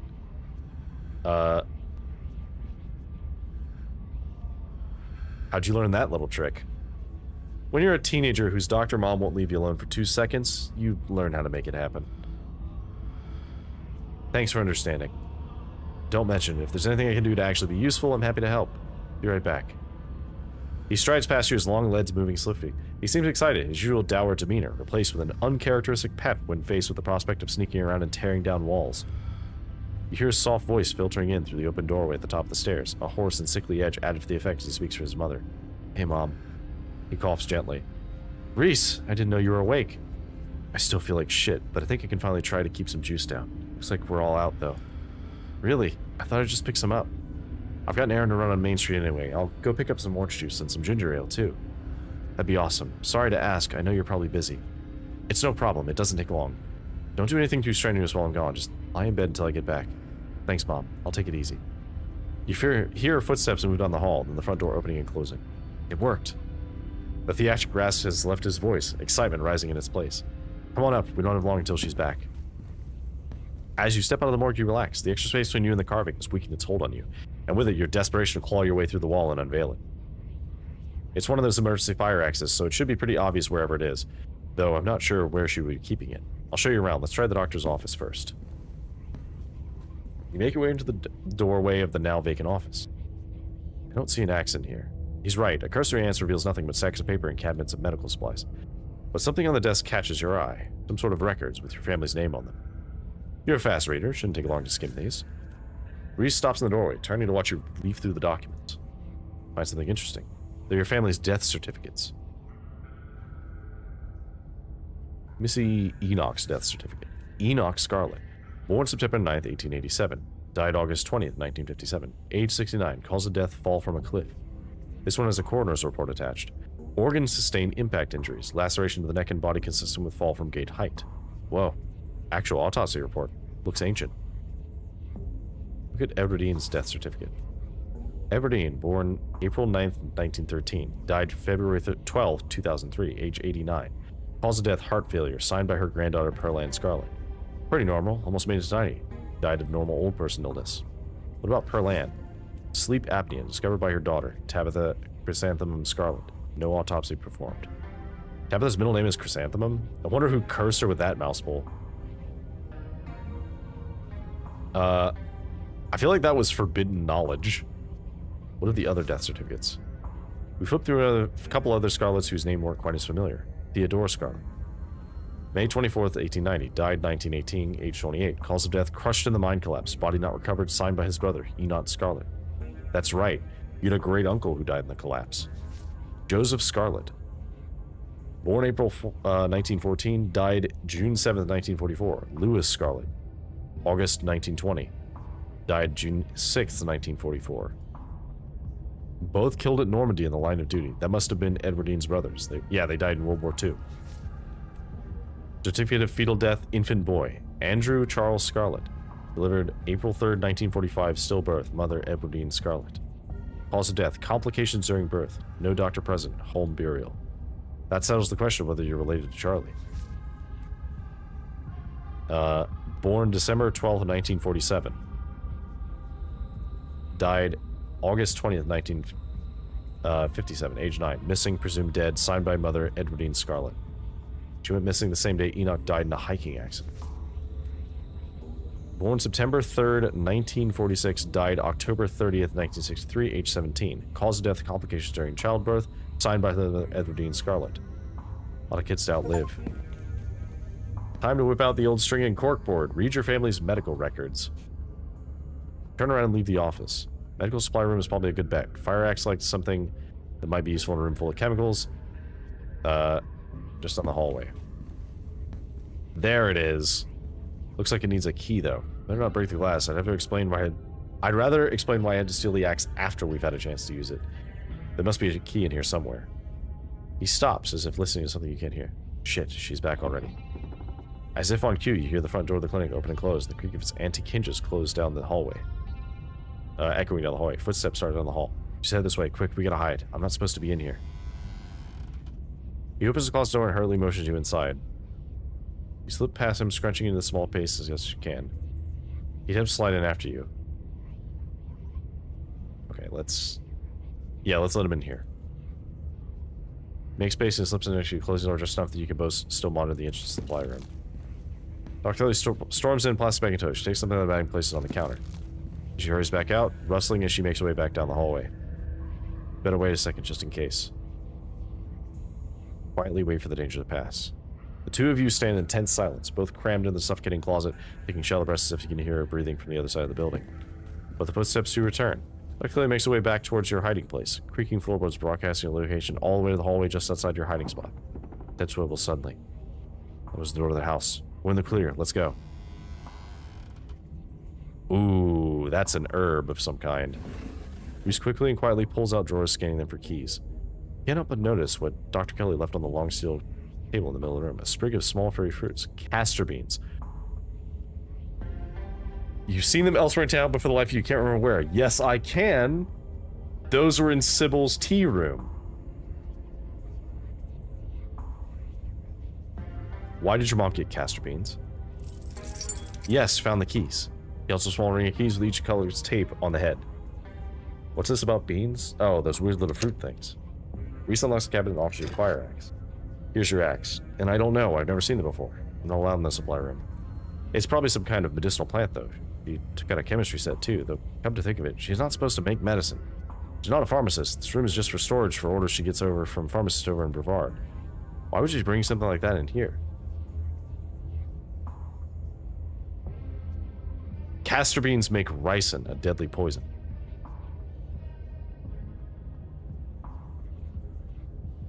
Oh no.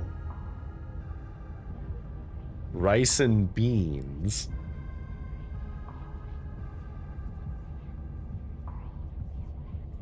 Oh, no. Did we tell him?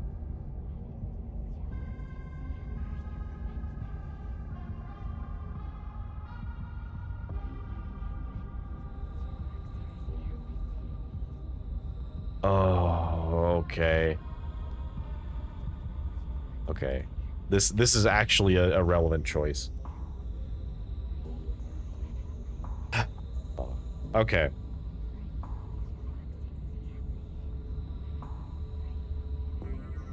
I think we have to be honest with him. This plant is not medicinal. It makes one of the deadliest poisons known to man. But she's not using it for that, right? Why would she give people poison?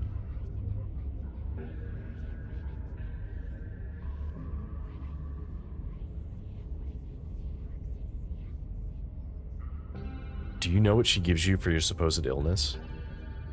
No, I don't. She's never explained it. I thought it was just too complicated for me to understand, so she didn't bother. Maybe she has some kind of information on it lying around here somewhere. That drawer over there is locked. If I were information on some mysterious alien-looking fruit, I'd be locked in a drawer, right? Good thing I already have the keys. He unlocks the drawer, pulling out a notebook. This is about me. There's stuff in here from when I was like 12. It's some kind of diary or medical history or both, I guess. What the hell is this? Something about another episode. I guess she's referring to one of my rough nights.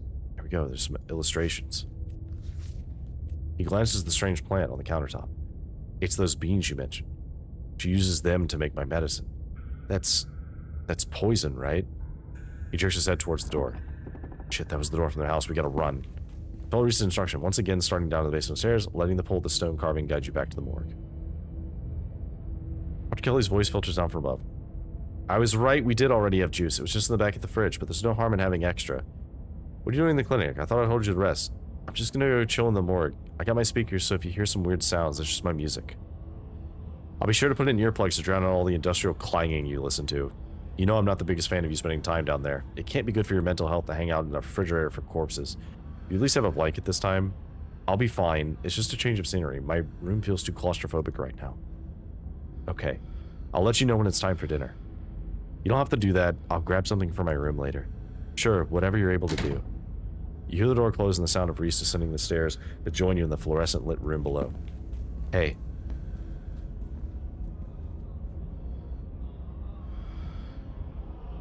I should warn you, something spooky might happen when we break down that wall. Reese smiles. Good. Feel like I'm missing out lately. Stop asking questions. It's time to see what's on the other side of that wall.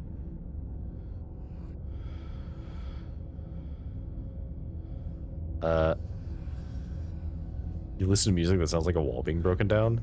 Of course I do. I'm sad all the time. Glad my taste in music is finally coming in handy. It's exactly the cover we need. Wall. Now.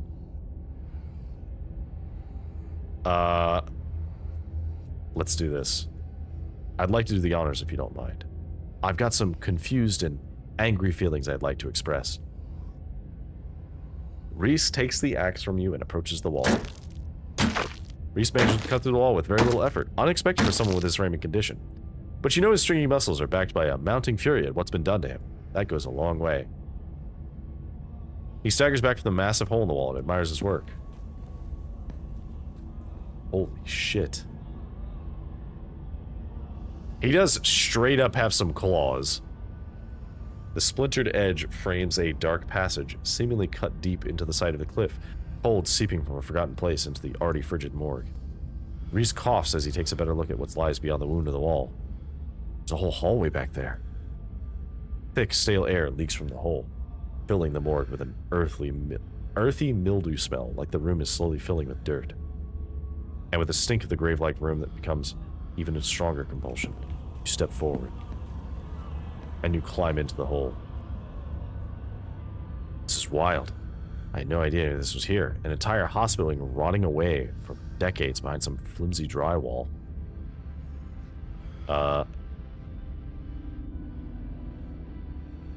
Someone doesn't want us to find these carvings. I wonder if it's whoever put them there, or if it's someone else. Whatever their reason, they went to a lot of effort to hide this one. I wonder if the doc even knows about this wing. You step forward into the unknown. You don't bother to retrieve the axe. The final wall concealing the carving is rotten. Water damage having eaten away at the wood over the course of unknowable years. The planks nearly reduced to sawdust. You tear into it. Ah. Enoch. I thought you weren't going to come too. I was worried you'd leave me forever here. They said there's nothing I can do. Never use my legs again. Enoch, what am I going to do? Calm down, Teddy. These doctors don't know what they're talking about. I've been doing my own research, and I've found us an alternative. We won't have to worry about doing anything from here on out, I promise. I went to talk to the witch. The witch? That's nonsense. It's all right. It's all sorted. We're taking you home today, and everything will be resolved by this time next week. That's right, Doctor. At this point, I think it's safe to say his body was never recovered. Whoever it was who claimed to be Theodore, it wasn't him. Wasn't even paralyzed, as it turns out. Some grifter trying to take advantage of the tragedy. Everything goes black. Your vision swims back into the focus. It takes a solid minute or two for you to reorient yourself. You're in an unfamiliar bed.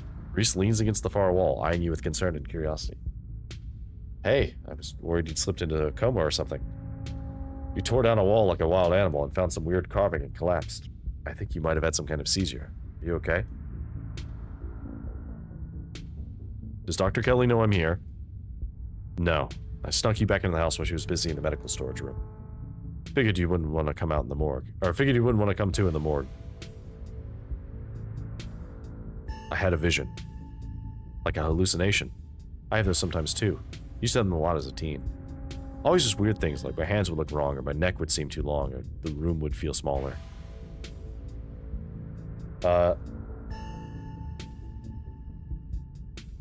I think the carvings are trying to warn me about something. My family has dark secrets. Okay, so... At least one of those death records is murky. I don't think Teddy died in the mine collapse. My family has secrets.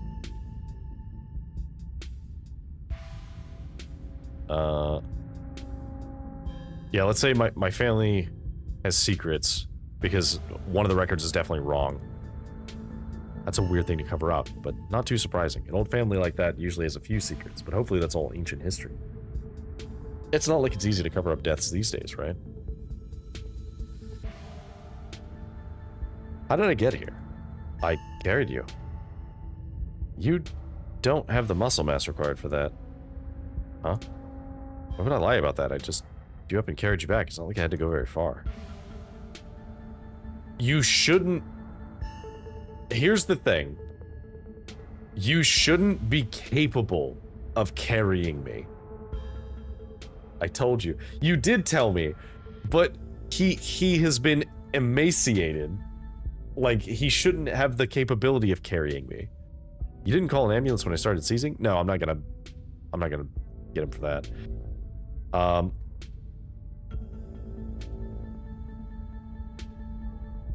So what now?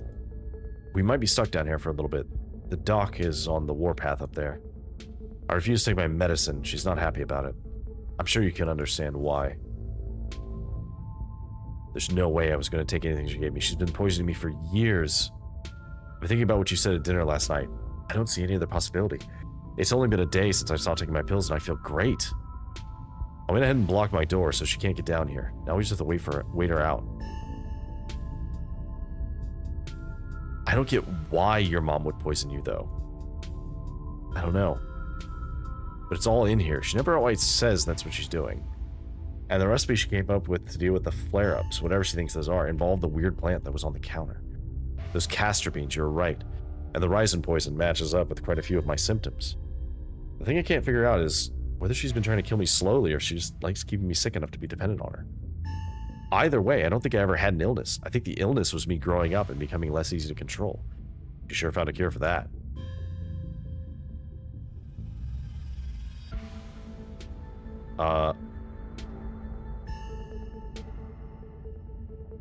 Ricin is really bad. How are you not dead? I don't know. Maybe it's low enough doses or I developed a tolerance. But I think the fact that I feel more and more alive by the minute is enough proof that she was keeping me sick. I don't even need solid evidence. No matter what, we should get out of this basement soon. Where do we go? The only person I know who has a car is Kanika, and she's not answering her phone. I don't know anyone else. I don't have any other family to go to. I never even finished high school. When I get out of this house, I don't know how I can make sure I don't wind right back up down here. One step at a time. Let's just start by waiting out your mom and getting out of here. You shouldn't call her my mom. As far as I'm concerned, she's forfeited that title. I don't even think I should call her a doctor. She's just some woman now. Can't wait for her to be in the rearview mirror the rest of my life. We'll see if we can wait her out. If she doesn't fall asleep by 10, we can figure something else out. These windows are supposedly shatterproof, which she always said was for burglars, but now I assume it was yet another way to keep me boxed in. But we can try to break them anyway. A distraction seems like a good idea. As you can probably tell, I'm getting a little jittery. Maybe it's the lack of poison in my system for the first time in years, or the fact that my whole perception of reality has been turned on its head. Probably a combo. Booksmart. It would obviously take more than a day for rice and poison to be out of his system. It doesn't feel awful, to be honest. You could always draw me. Let's see. I believe you owe me a showing of Shinochi Deathblood. I believe I do. Reese gets the movie set up and joins you on the bed. Let me know if it gets too much for you. I'm not a great judge of how other people react to the sort of thing I watch, but I definitely don't want you to feel uncomfortable. This is a slow burn of a movie, but the dread it's managing to build is palpable in the room. Or maybe it's just how it feels down here all the time. The grisly paintings, lack of lighting, cinder block walls, and of course the fact that the woman currently lurking upstairs has been poisoning her son since his teens. He's such a good, sweet boy. He is doing his best. I've seen a couple of this director's other films, and they're all interesting, though this is probably the best introduction to his work. The way it jump cuts to seemingly unrelated TV show recordings, then wind up tying back to the narrative adds a level of realism and depth to the world that I find really engrossing. It's found footage used to its fullest. I can't believe I'll be able to just do things from here. You look like you have fangs in this. Like watch movies with another person. Or talk to people ever. You know the difference in energy now that Reese hasn't had his daily dose of poison. He's uncharacteristically chatty, clearly not used to talking to another person, let alone when he has energy to carry on a long conversation. Something is changing inside of him. Reese, you feel different. Like your whole personality is changing. Is everything okay? Everything is more than okay. I haven't felt this good I don't think I've ever felt this good. A man on the screen yells portents of doom into the camera, trailing off into a wordless scream. The plot is really heating up. I love that there are all these distinct sort of vignettes, little pockets of horror that affect a small number of people. And only once you start to see how they fit together can you realize some fundamental horror about the universe. And then it sees you back. Incredible, cosmic horror in the truest sense. Reese is becoming very animated. It's probably safe to assume he's dealing with a lot of extra adrenaline right now, what with his entire reality turning out to be a lie. But he's also talking over the movie. It's more than just something that's changing in Reese. It's everything. There's a knock on the window. Deckard, don't get any closer to that thing. It's time to go home. That voice. I know that voice. Is that who's been following you around? Without another word, Wayne starts pounding the supposedly shatterproof window. Enemies upstairs, enemies outside, we're surrounded. Even if we get out of this house, I won't be safe. You won't be safe.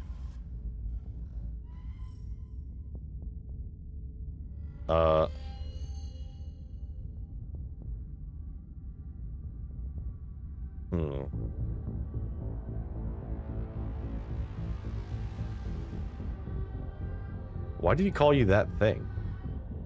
Because he's some kind of monster and he wants me dead. Can't you feel that? The murderous intent is practically oozing out of him, but I'm not weak anymore. I can fight back. I don't have to cower in fear of the people who want to hurt me. I can protect both of us. The window shatters. Oh. As Reese tears his clothing, paint bubbles out from the canvases, his ghoulish figures peeling themselves out from their two-dimensional worlds, invading yours, crawling at the walls. Grab my hand. I'll pull you out. Leave us alone. Hello. In a surge of violence, the change that has been brewing inside Reese finally comes in. As it manifests, the broken basement window is sealed off and Wayne along with it. I'm gonna patiently stay where I am. We aren't safe, but I feel strong now. I think I can save us. Stay here, I'll be right back. I just have to deal with the doc. Reese storms up the stairs, leaving you with his creations.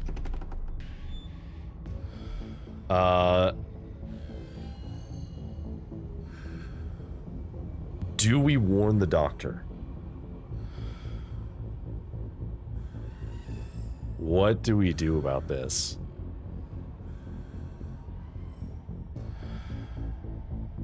I almost want to call Tabitha.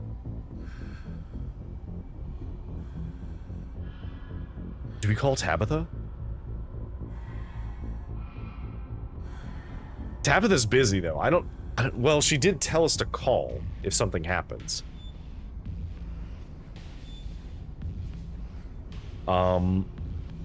Do you trust Tabitha? Ooh, that's a good point. That's a good point. The thing is, I trust Tabitha more than I trust Reese or Dr. Kelly right now.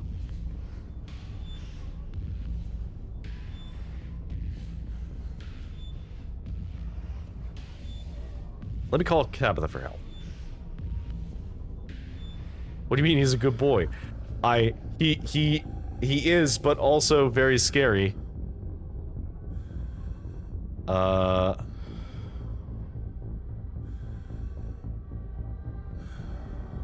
Did you have the option to call Tabitha?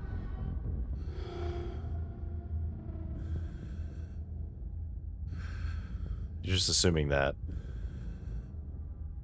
Let's see. You didn't have the option.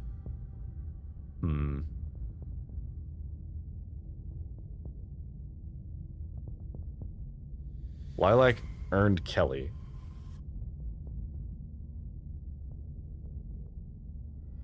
I didn't choose it. Oh, warned Kelly. I'm gonna call for help. You dial your cousin's number. What mess have you gotten yourself into now?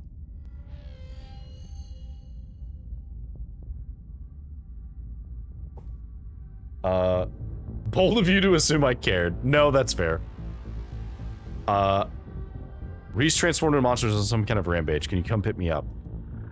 What? Don't move a muscle, I'm coming to get you. Your cousin hangs up the phone. Okay, I am gonna follow. Do we follow Reese?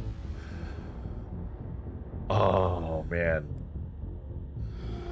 I don't know if trying to leave is going to work out too well. Mom, come get me, I'm scared. It's less that I'm scared and more that, like, I don't know what to do in this situation.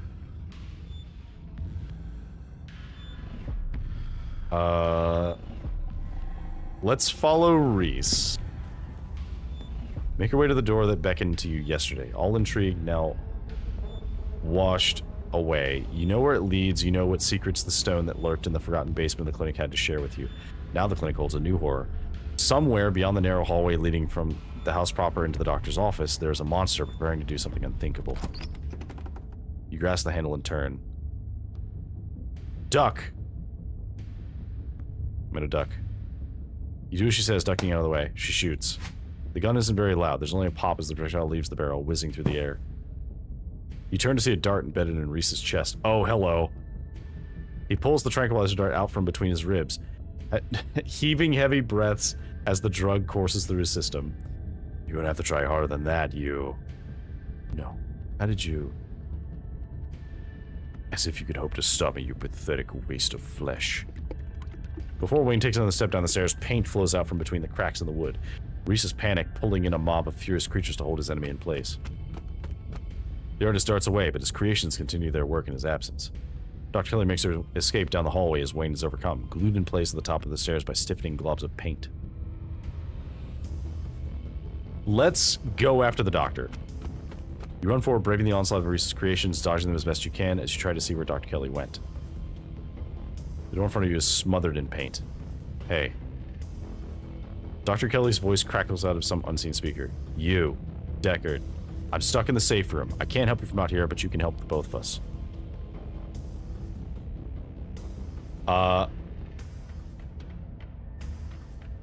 What the hell is your son? I wish I knew. He was fine until he hit puberty. Everyone said raising a teen was going to be a bitch, but they don't know the half of it. I need you to get to the medical storage room. I'll give you some further instructions when you're there. Okay. You turn back and head to the medical storage room. Here. Great. Now listen to me.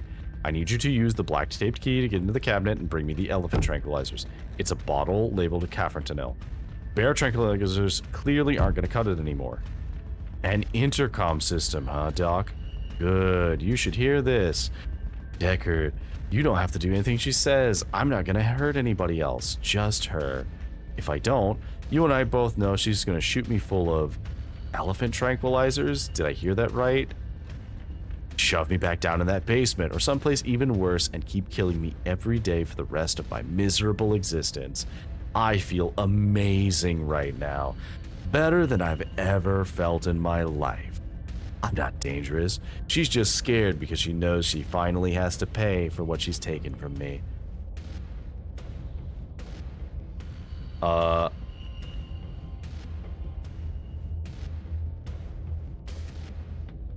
Wayne, are you gonna do something?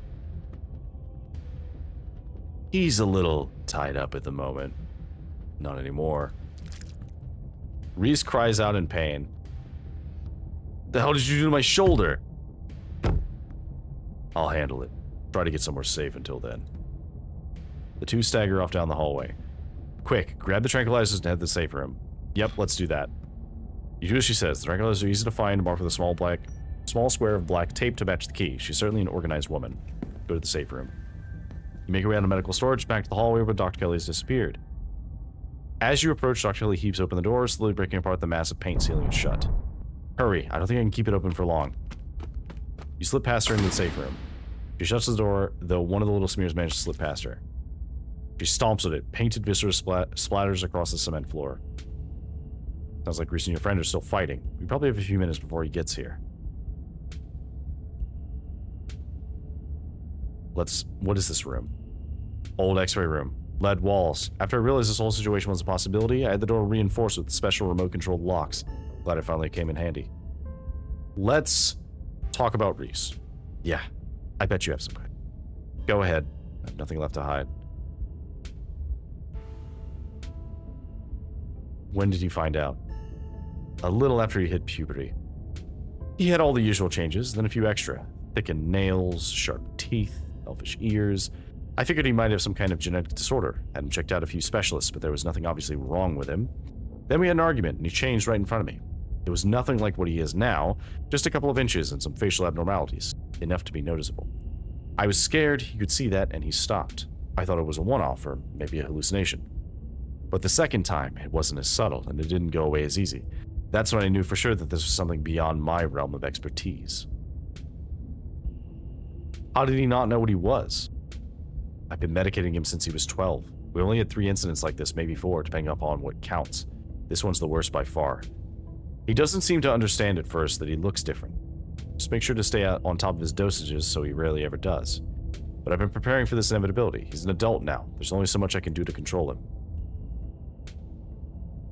Lilac accidentally bypassed this whole thing. What did he do? How did he bypass everything? He flirted. Oh, I guess if you flirt with him... Okay. Or flirting with her. Because I know he was flirting with Dr. Kelly.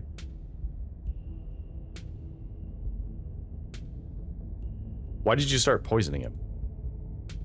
Dr. Kelly sighs. Can we stop calling it poison? Yes, it's poison. But the act of me giving him poison was not me poisoning him. I was medicating his illness. It started when he was around 15. I'd been giving him increasingly high doses of Klonopin, but his body kept adapting and his symptoms would come back, especially if we ever fought. I couldn't keep ordering all those drugs. It was already suspicious I could risk losing my license, especially if anyone ever found out what I was using them for. Someone approached me with a solution, and I took it. I've been dealing with the emotional and mental consequences of that decision ever since. He only didn't flirt with Reese. He bypassed the whole conversation. I see. Who approached you and what did they say? Dr. Killer gives you a long, hard look. I don't want to talk about that woman. But screw it, I might die tonight. Sure, I'll tell you. It was... And that's all I have to say about that. Oh, was it Sybil? Is Sybil the witch? I think Sybil's the witch.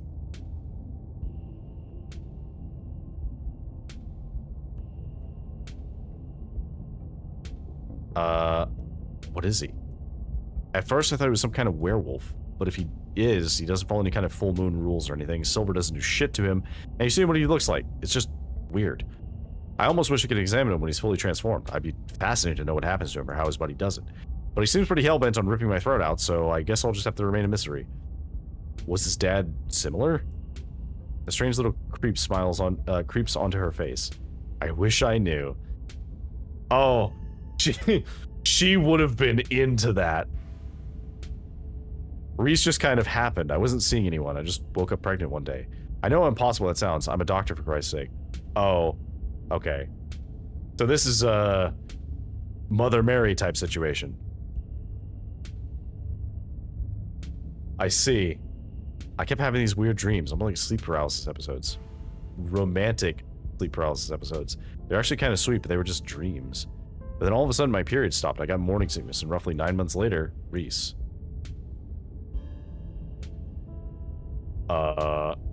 Wait, god damn it. What? Wait, what?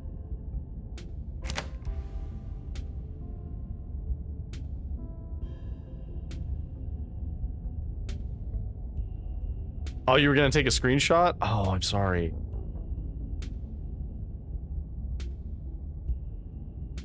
No, I'd have to go really far back. Do you want me to go back to get a screenshot? I guess it's not that far. I could load this one. Whatever, nothing matters. Alright, fair. How do you know he's dangerous?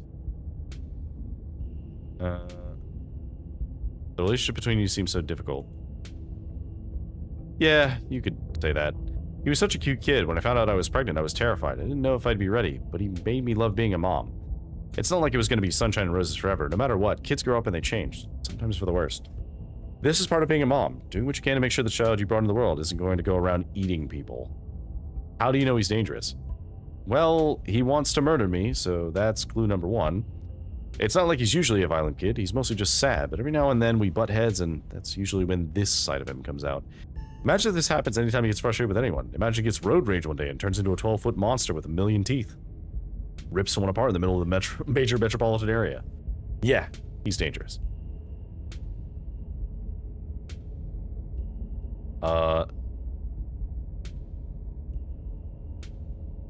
I can fix him.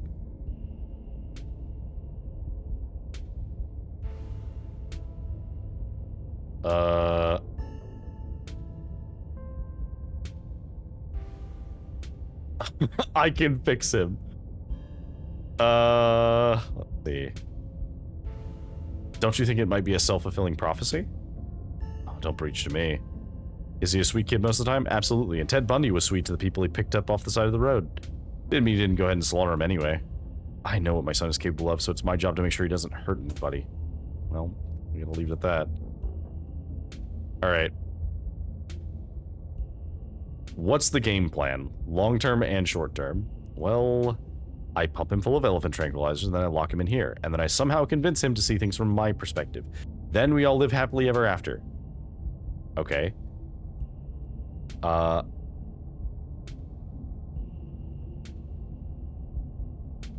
There has to be some other way. It's just gonna make him feel trapped. It sure is, especially since I'll have to isolate him even more now that he knows what's going on. He is going to hate me. But you gotta work with what you've been given. And what I've been given is an ethical dilemma where I either let my son kill me, bring him to go out and kill others, or imprison him for the lesser life and force feed him poison to keep him controllable. Or the third option, kill him. Lizard. Hello, Senri. You aren't gonna be sarcastic? I'm sorry. I've decided which outcome I can live with. While we're at it, any other secrets you're keeping? Lizard. You have it all. You have no idea how relieved I am to finally say all this shit out loud. Sit in silence and wait for Reese. The sound of distant breaking glass cuts through the silence of the clinic outside the safe room. But this might be game time. Get those tranks ready. We have to open this door before he crosses the hallway. Dr. Kelly opens the door. The two of you stare out into the hallway. Hello. Oh. Hey, buddy.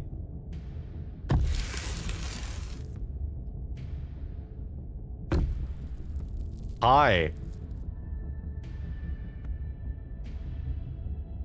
Is this what you were so afraid of? Hand over the tranquilizers. This is our shot. Yeah, give her the darts. Oh, didn't matter. Oh, Tabitha killed him. Guess who fucked her run? Oh no. Before Dr. Kelly can fire, a different shot rings out. Reese's body is thrown to the wall. Shotgun in hand, your cousin rounds the corner and trains a weapon on his writhing body. Tabitha, what are you doing here? Stop it, let me sedate him. We can deal with this non-lethally. Are you insane? That thing was trying to kill you. Oh my god, he's dead. He's not dead. He just got shot.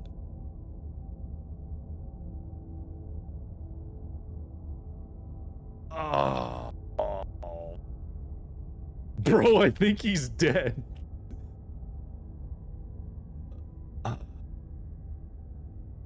Truly.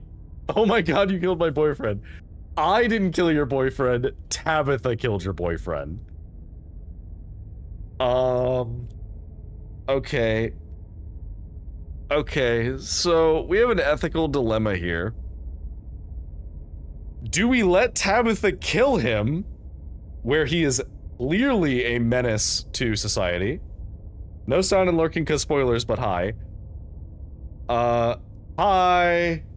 Yeah, pay no attention to anything going on, because this is all spoilers. Hi.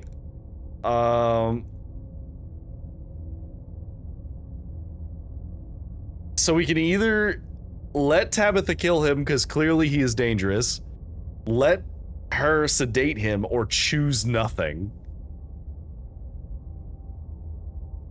Why would you do that? There is no way he comes out of this in a way that is not harmful to someone. There's no way. Like, he is not going to be understanding that he's being poisoned for his own good.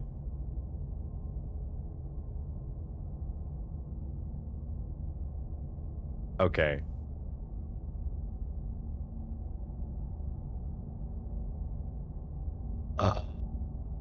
Okay. I'm gonna make a save here.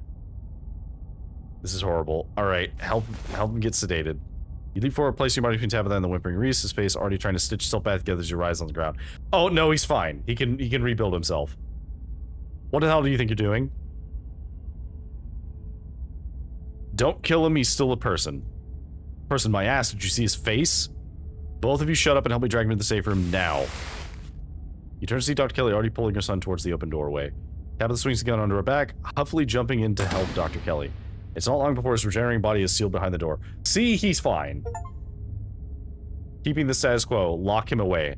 Not exactly how I thought that would play out, but at least none of us are dead. If you've done any permanent damage to him, you're going to be the one paying for the medical supplies, Miss Scarlet. You aren't seriously going to keep that thing alive, are you? It's clearly dangerous. What makes you think you can keep it locked up? It's my son, Miss Scarlet. And despite appearances, he is still human. I prefer you to refer to him as such. And I managed to keep him safely locked away and harmless for years. Sure, it'll be a little difficult now that he knows about his condition, but that room is lined with lead. He's not going anywhere. He's human. Are you sure about that? We're talking about the same guy. Trust me. I've done genetic tests. He is human somehow. And it's my job as his mother to protect him, and to protect people from him. It's not a burden I take lightly. You don't have to worry about him getting out anytime soon.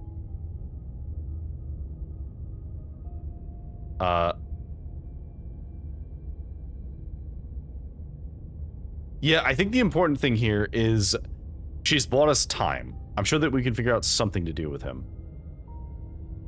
There's no we. He's my son, he's my problem. I prefer it if both of you forgot what you saw tonight and went on about your business. If I recall from 2 minutes ago, you would have been chopped in half if I hadn't stepped in. I don't think you're capable of dealing with this rationally, Joan. Are you just going to hope somebody steps in next time? One of these days your luck is going to run out. Get out of my house. I don't need some kid to stand here lecturing me all night. I have a lot of cleaning up to do. You and your cousin leave the clinic, Dr. Kelly slamming the shotgun blasted door behind you. Two of you make your way down to the bottom of the hill where Tabitha's car is parked, along the sleepy houses of Scarlet Hollow's residential street. She places her gun in this trunk and turns to face you.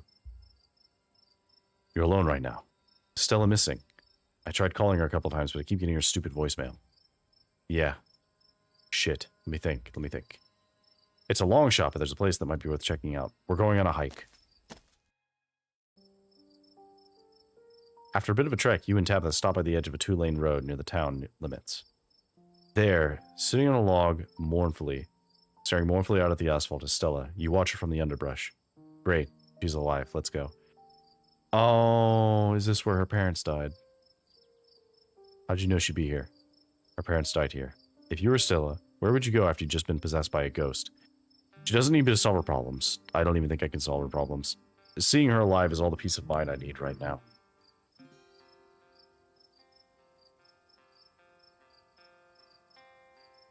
You gonna ruin your romance? No, I'm gonna go talk to her. Take a step forward, gravel crunching in your feet as you walk along the edge of the road. Tabitha hangs back, crouching in the bushes, trying to stay unseen. You sit on the log beside Stella. Deckard, how'd you find me?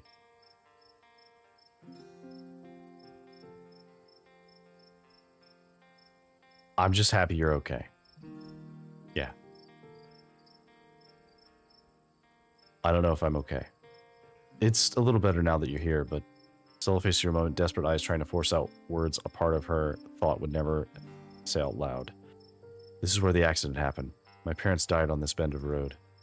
They were taking me to college. I was lying in the back seat. It had just rained and the sun was finally coming out.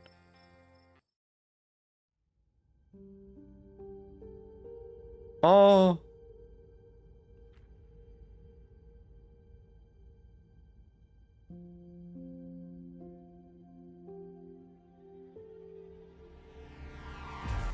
Oh, it was a truck.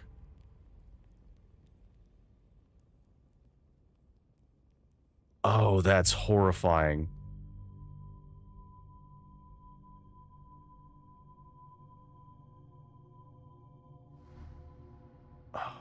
Oh, Stella.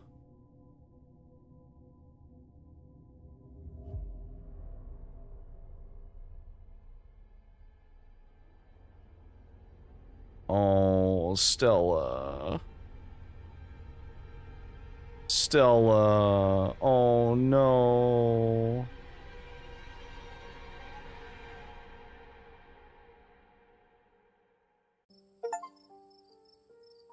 At the edge of everything, find out what happened to Stella.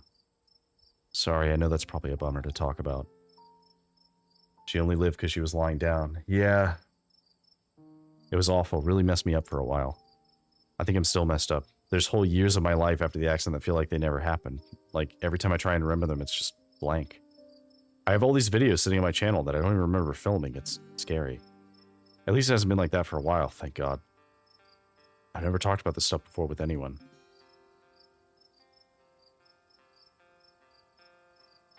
I'm just going to quietly take her hand. It's warm against the cool night air and the skin of her knuckle is soft. She finally tears her gaze away from the road, her sad eyes meeting yours. With the hint of a smile creeps over the corners of her mouth, her dimples beginning to crease.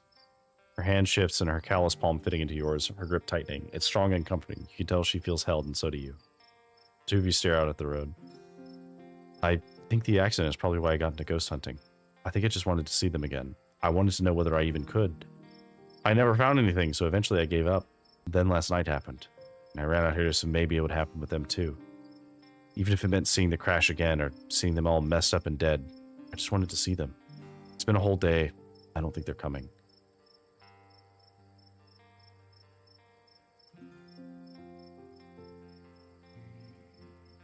Just because they weren't there doesn't mean they don't love you wherever they are. That's a nice thought. I've thought a lot about what might come after, whether they're somewhere else or if they're just stopped existing. I guess we've seen at least some evidence of the afterlife. I hope that means there's a good version too, where they're still on that long car ride listening to Dad's tapes with a place in the back seat for me when I eventually catch up to them. And then it won't matter I never got to say goodbye. Oh, Stella.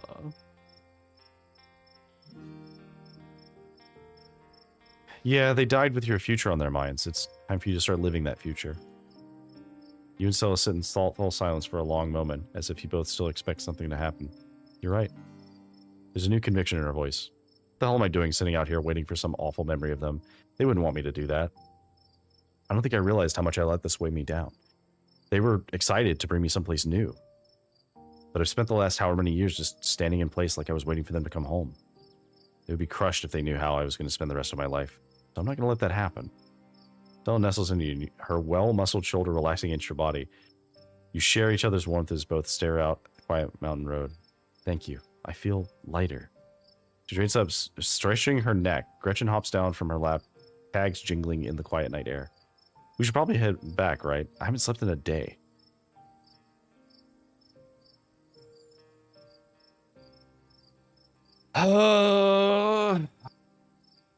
Do we tell her what happened?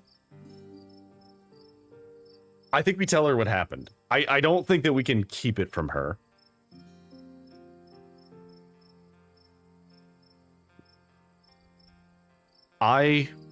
Look. You're a wild man. Look. Reese is her friend. She deserves to know. Before you go, I should tell you what happened today. Oh? No one told her. Well, guess what? I did. I'm telling her. You relay the events of the evening as best you can. Saying it out loud somehow makes it feel less real. Like you're sharing the plot of a horror movie and not something that actually happened to you. Oh my god. I'm glad Tabitha was able to step in, but that poor guy and poor Dr. Kelly just sucks for everyone. Hopefully he and his mom can work things out. We should try and visit him tomorrow. You know, I think processing just the one traumatic event is enough for the day. This new one's going right into the void. At least until we get to the end of the week. Let's get out of here. I don't suppose I could ask you to walk me home.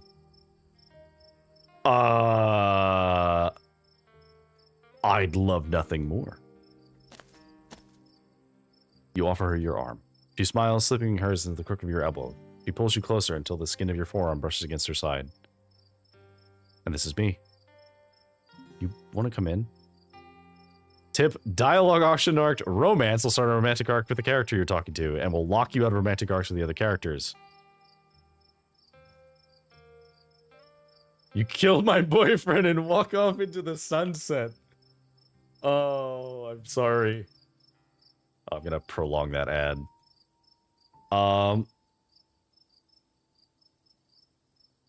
Multiple romance options.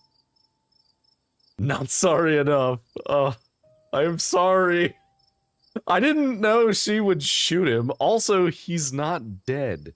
He's still alive. He's just as alive as if I'd given the tranks. And we now know that he's indestructible.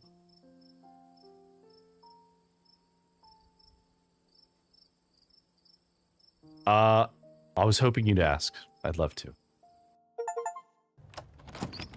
Tear down the wall. Start Stella's romance. This is a dating sim, right? Start a romance. What? What an achievement. Stella ushers you inside, a barely contained grin threatening to split into an excited smile. Let me just go take a quick shower. I've been sitting outside for a day. I need some soap. I'll just take a minute and then we can get cozy. Yeah, after tonight, I would kill for a shower. It's all last. Yeah, I'm sure you've built up quite a lot of grime today. It's all yours when I'm done. Oh, Gretchen. She showers off, leaving you and Gretchen in the living room. Gretchen immediately curls up into her bed, clearly exhausted after a long day of worrying over Stella. Forcing his chance to fall asleep, a heavy knocking startles her and you. Gretchen growls. There's someone at the door. Who is it? You know who it is. Open the door, please. Against my better judgment. Do I open the door?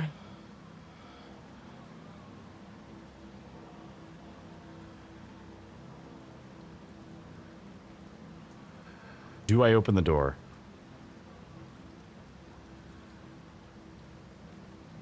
I mean, he knows I'm here.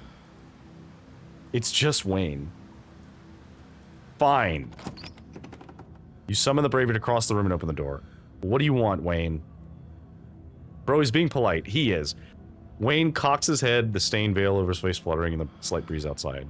The outside of his clothes are streaked with what you first think might be gore, but you quickly realize it's actually just paint, and there are wide claw marks down his shirt.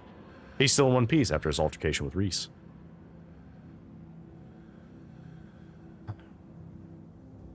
Dude, get out of here. I'm in the middle of something. Wayne, I was actually worried about you. I thought you were dead. Well, actually dead.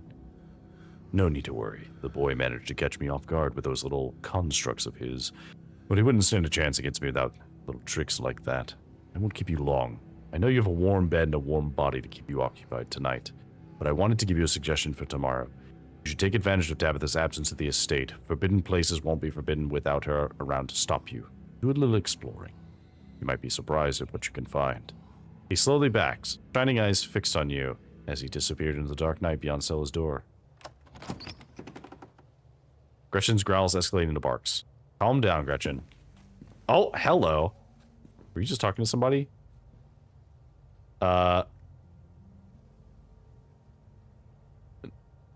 Just scaring off a raccoon. Sabri said romancing Stella makes everything different. Really? Oh, you don't have to worry about that. That's Gretchen's job. Isn't that right, Gretch? Gretchen snarls, yapping fiercely. Hang on, gotta snip that for later. It's important. There you go. That's right, Gretchen. You're the most vicious little geriatric pug there is. If you don't, then Wayne carries you and you wake up in the Forbidden Wing. Interesting. Very interesting. Well, there's only one more chapter. Let's get to bed before I pass out. It's been a long day. Oh, right, but she said you wanted to shower. Sorry, head's a little fuzzy from staying up for the past day. There's fresh towels in the bathroom, and I got some extra bathrobes. I can put your throws close to the wall so they'll be extra clean and fresh in the morning.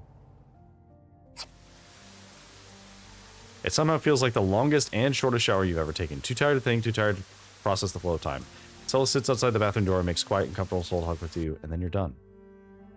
You dry off and step into one of her extra robes. So, you coming in? Oh, I do like this look.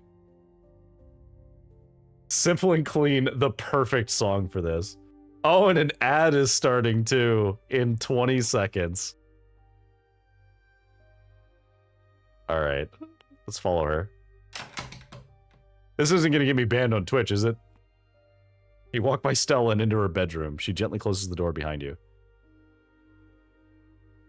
Sorry, I didn't clean up beforehand. You can think of it as getting the authentic Stella experience. She slips past you and lies on the bed dressed in an oversized t-shirt. You're quick to follow. She's warm and still slightly damp from the shower, her skin fresh and flowery. She turns to look at you smiling, dimples creasing at the edge of her mouth. You could kiss me if you wanted to.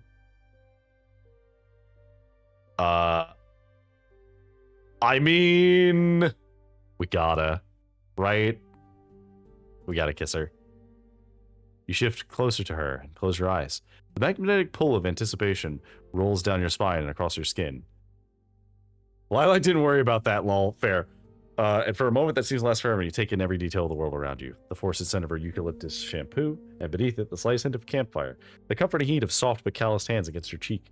The thunder of your heart's beating ever more quickly in unison. The tension rises and rises, tone seemingly without peak. And then it breaks and her lips touch yours. They're fresh and minty soft. They're fresh and minty and soft, cool against yours and guided by the gentleness of someone looking to hold on to the memory of tonight for a long, long time. And then she pulls you closer, tighter, and the two of you lose yourself in each other. Eventually, the two of you break away and open your eyes, gazing at each other from the opposite ends of the pillow. You drift off together, limbs entwined, exhausted, safe, and comforted. Tomorrow may bring some new horror, or it might not, but whatever happens, you'll face it together. This is the end of episode 4. Episode 5 awaits. The Artist of Mice and Men and Wishmaker. Slut. If you'd like to continue with this world state, please save your game. Okay.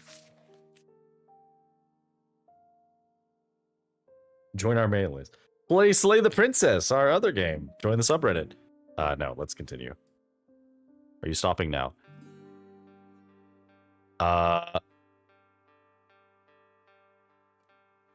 Should I stop now? How much longer do you think there is? Do you think it's like an hour?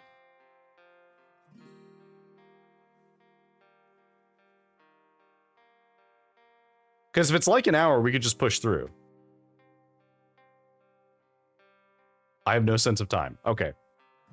Well, are you getting hungry? Like, do you think this is a good time to stop? How dare you speak to me that way? I'm sorry, I forgot.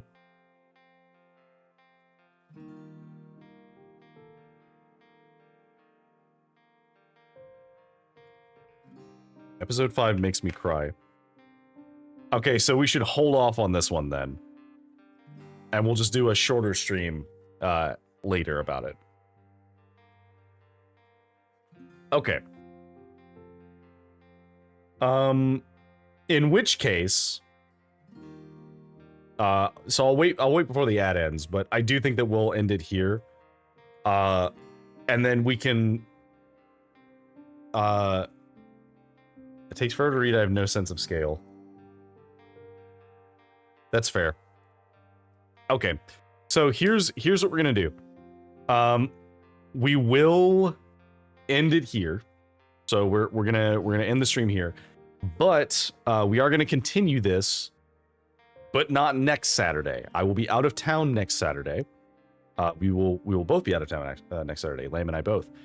So we're going to have to resume this.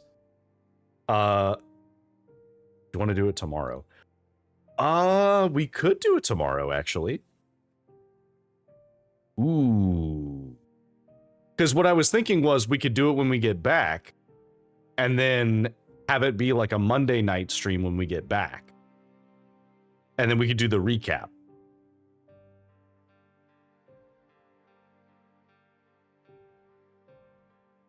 I don't know. What do you think would be better? Do you think it'd be better to wait? Or are you like itching for me to get to the point that everyone else is at?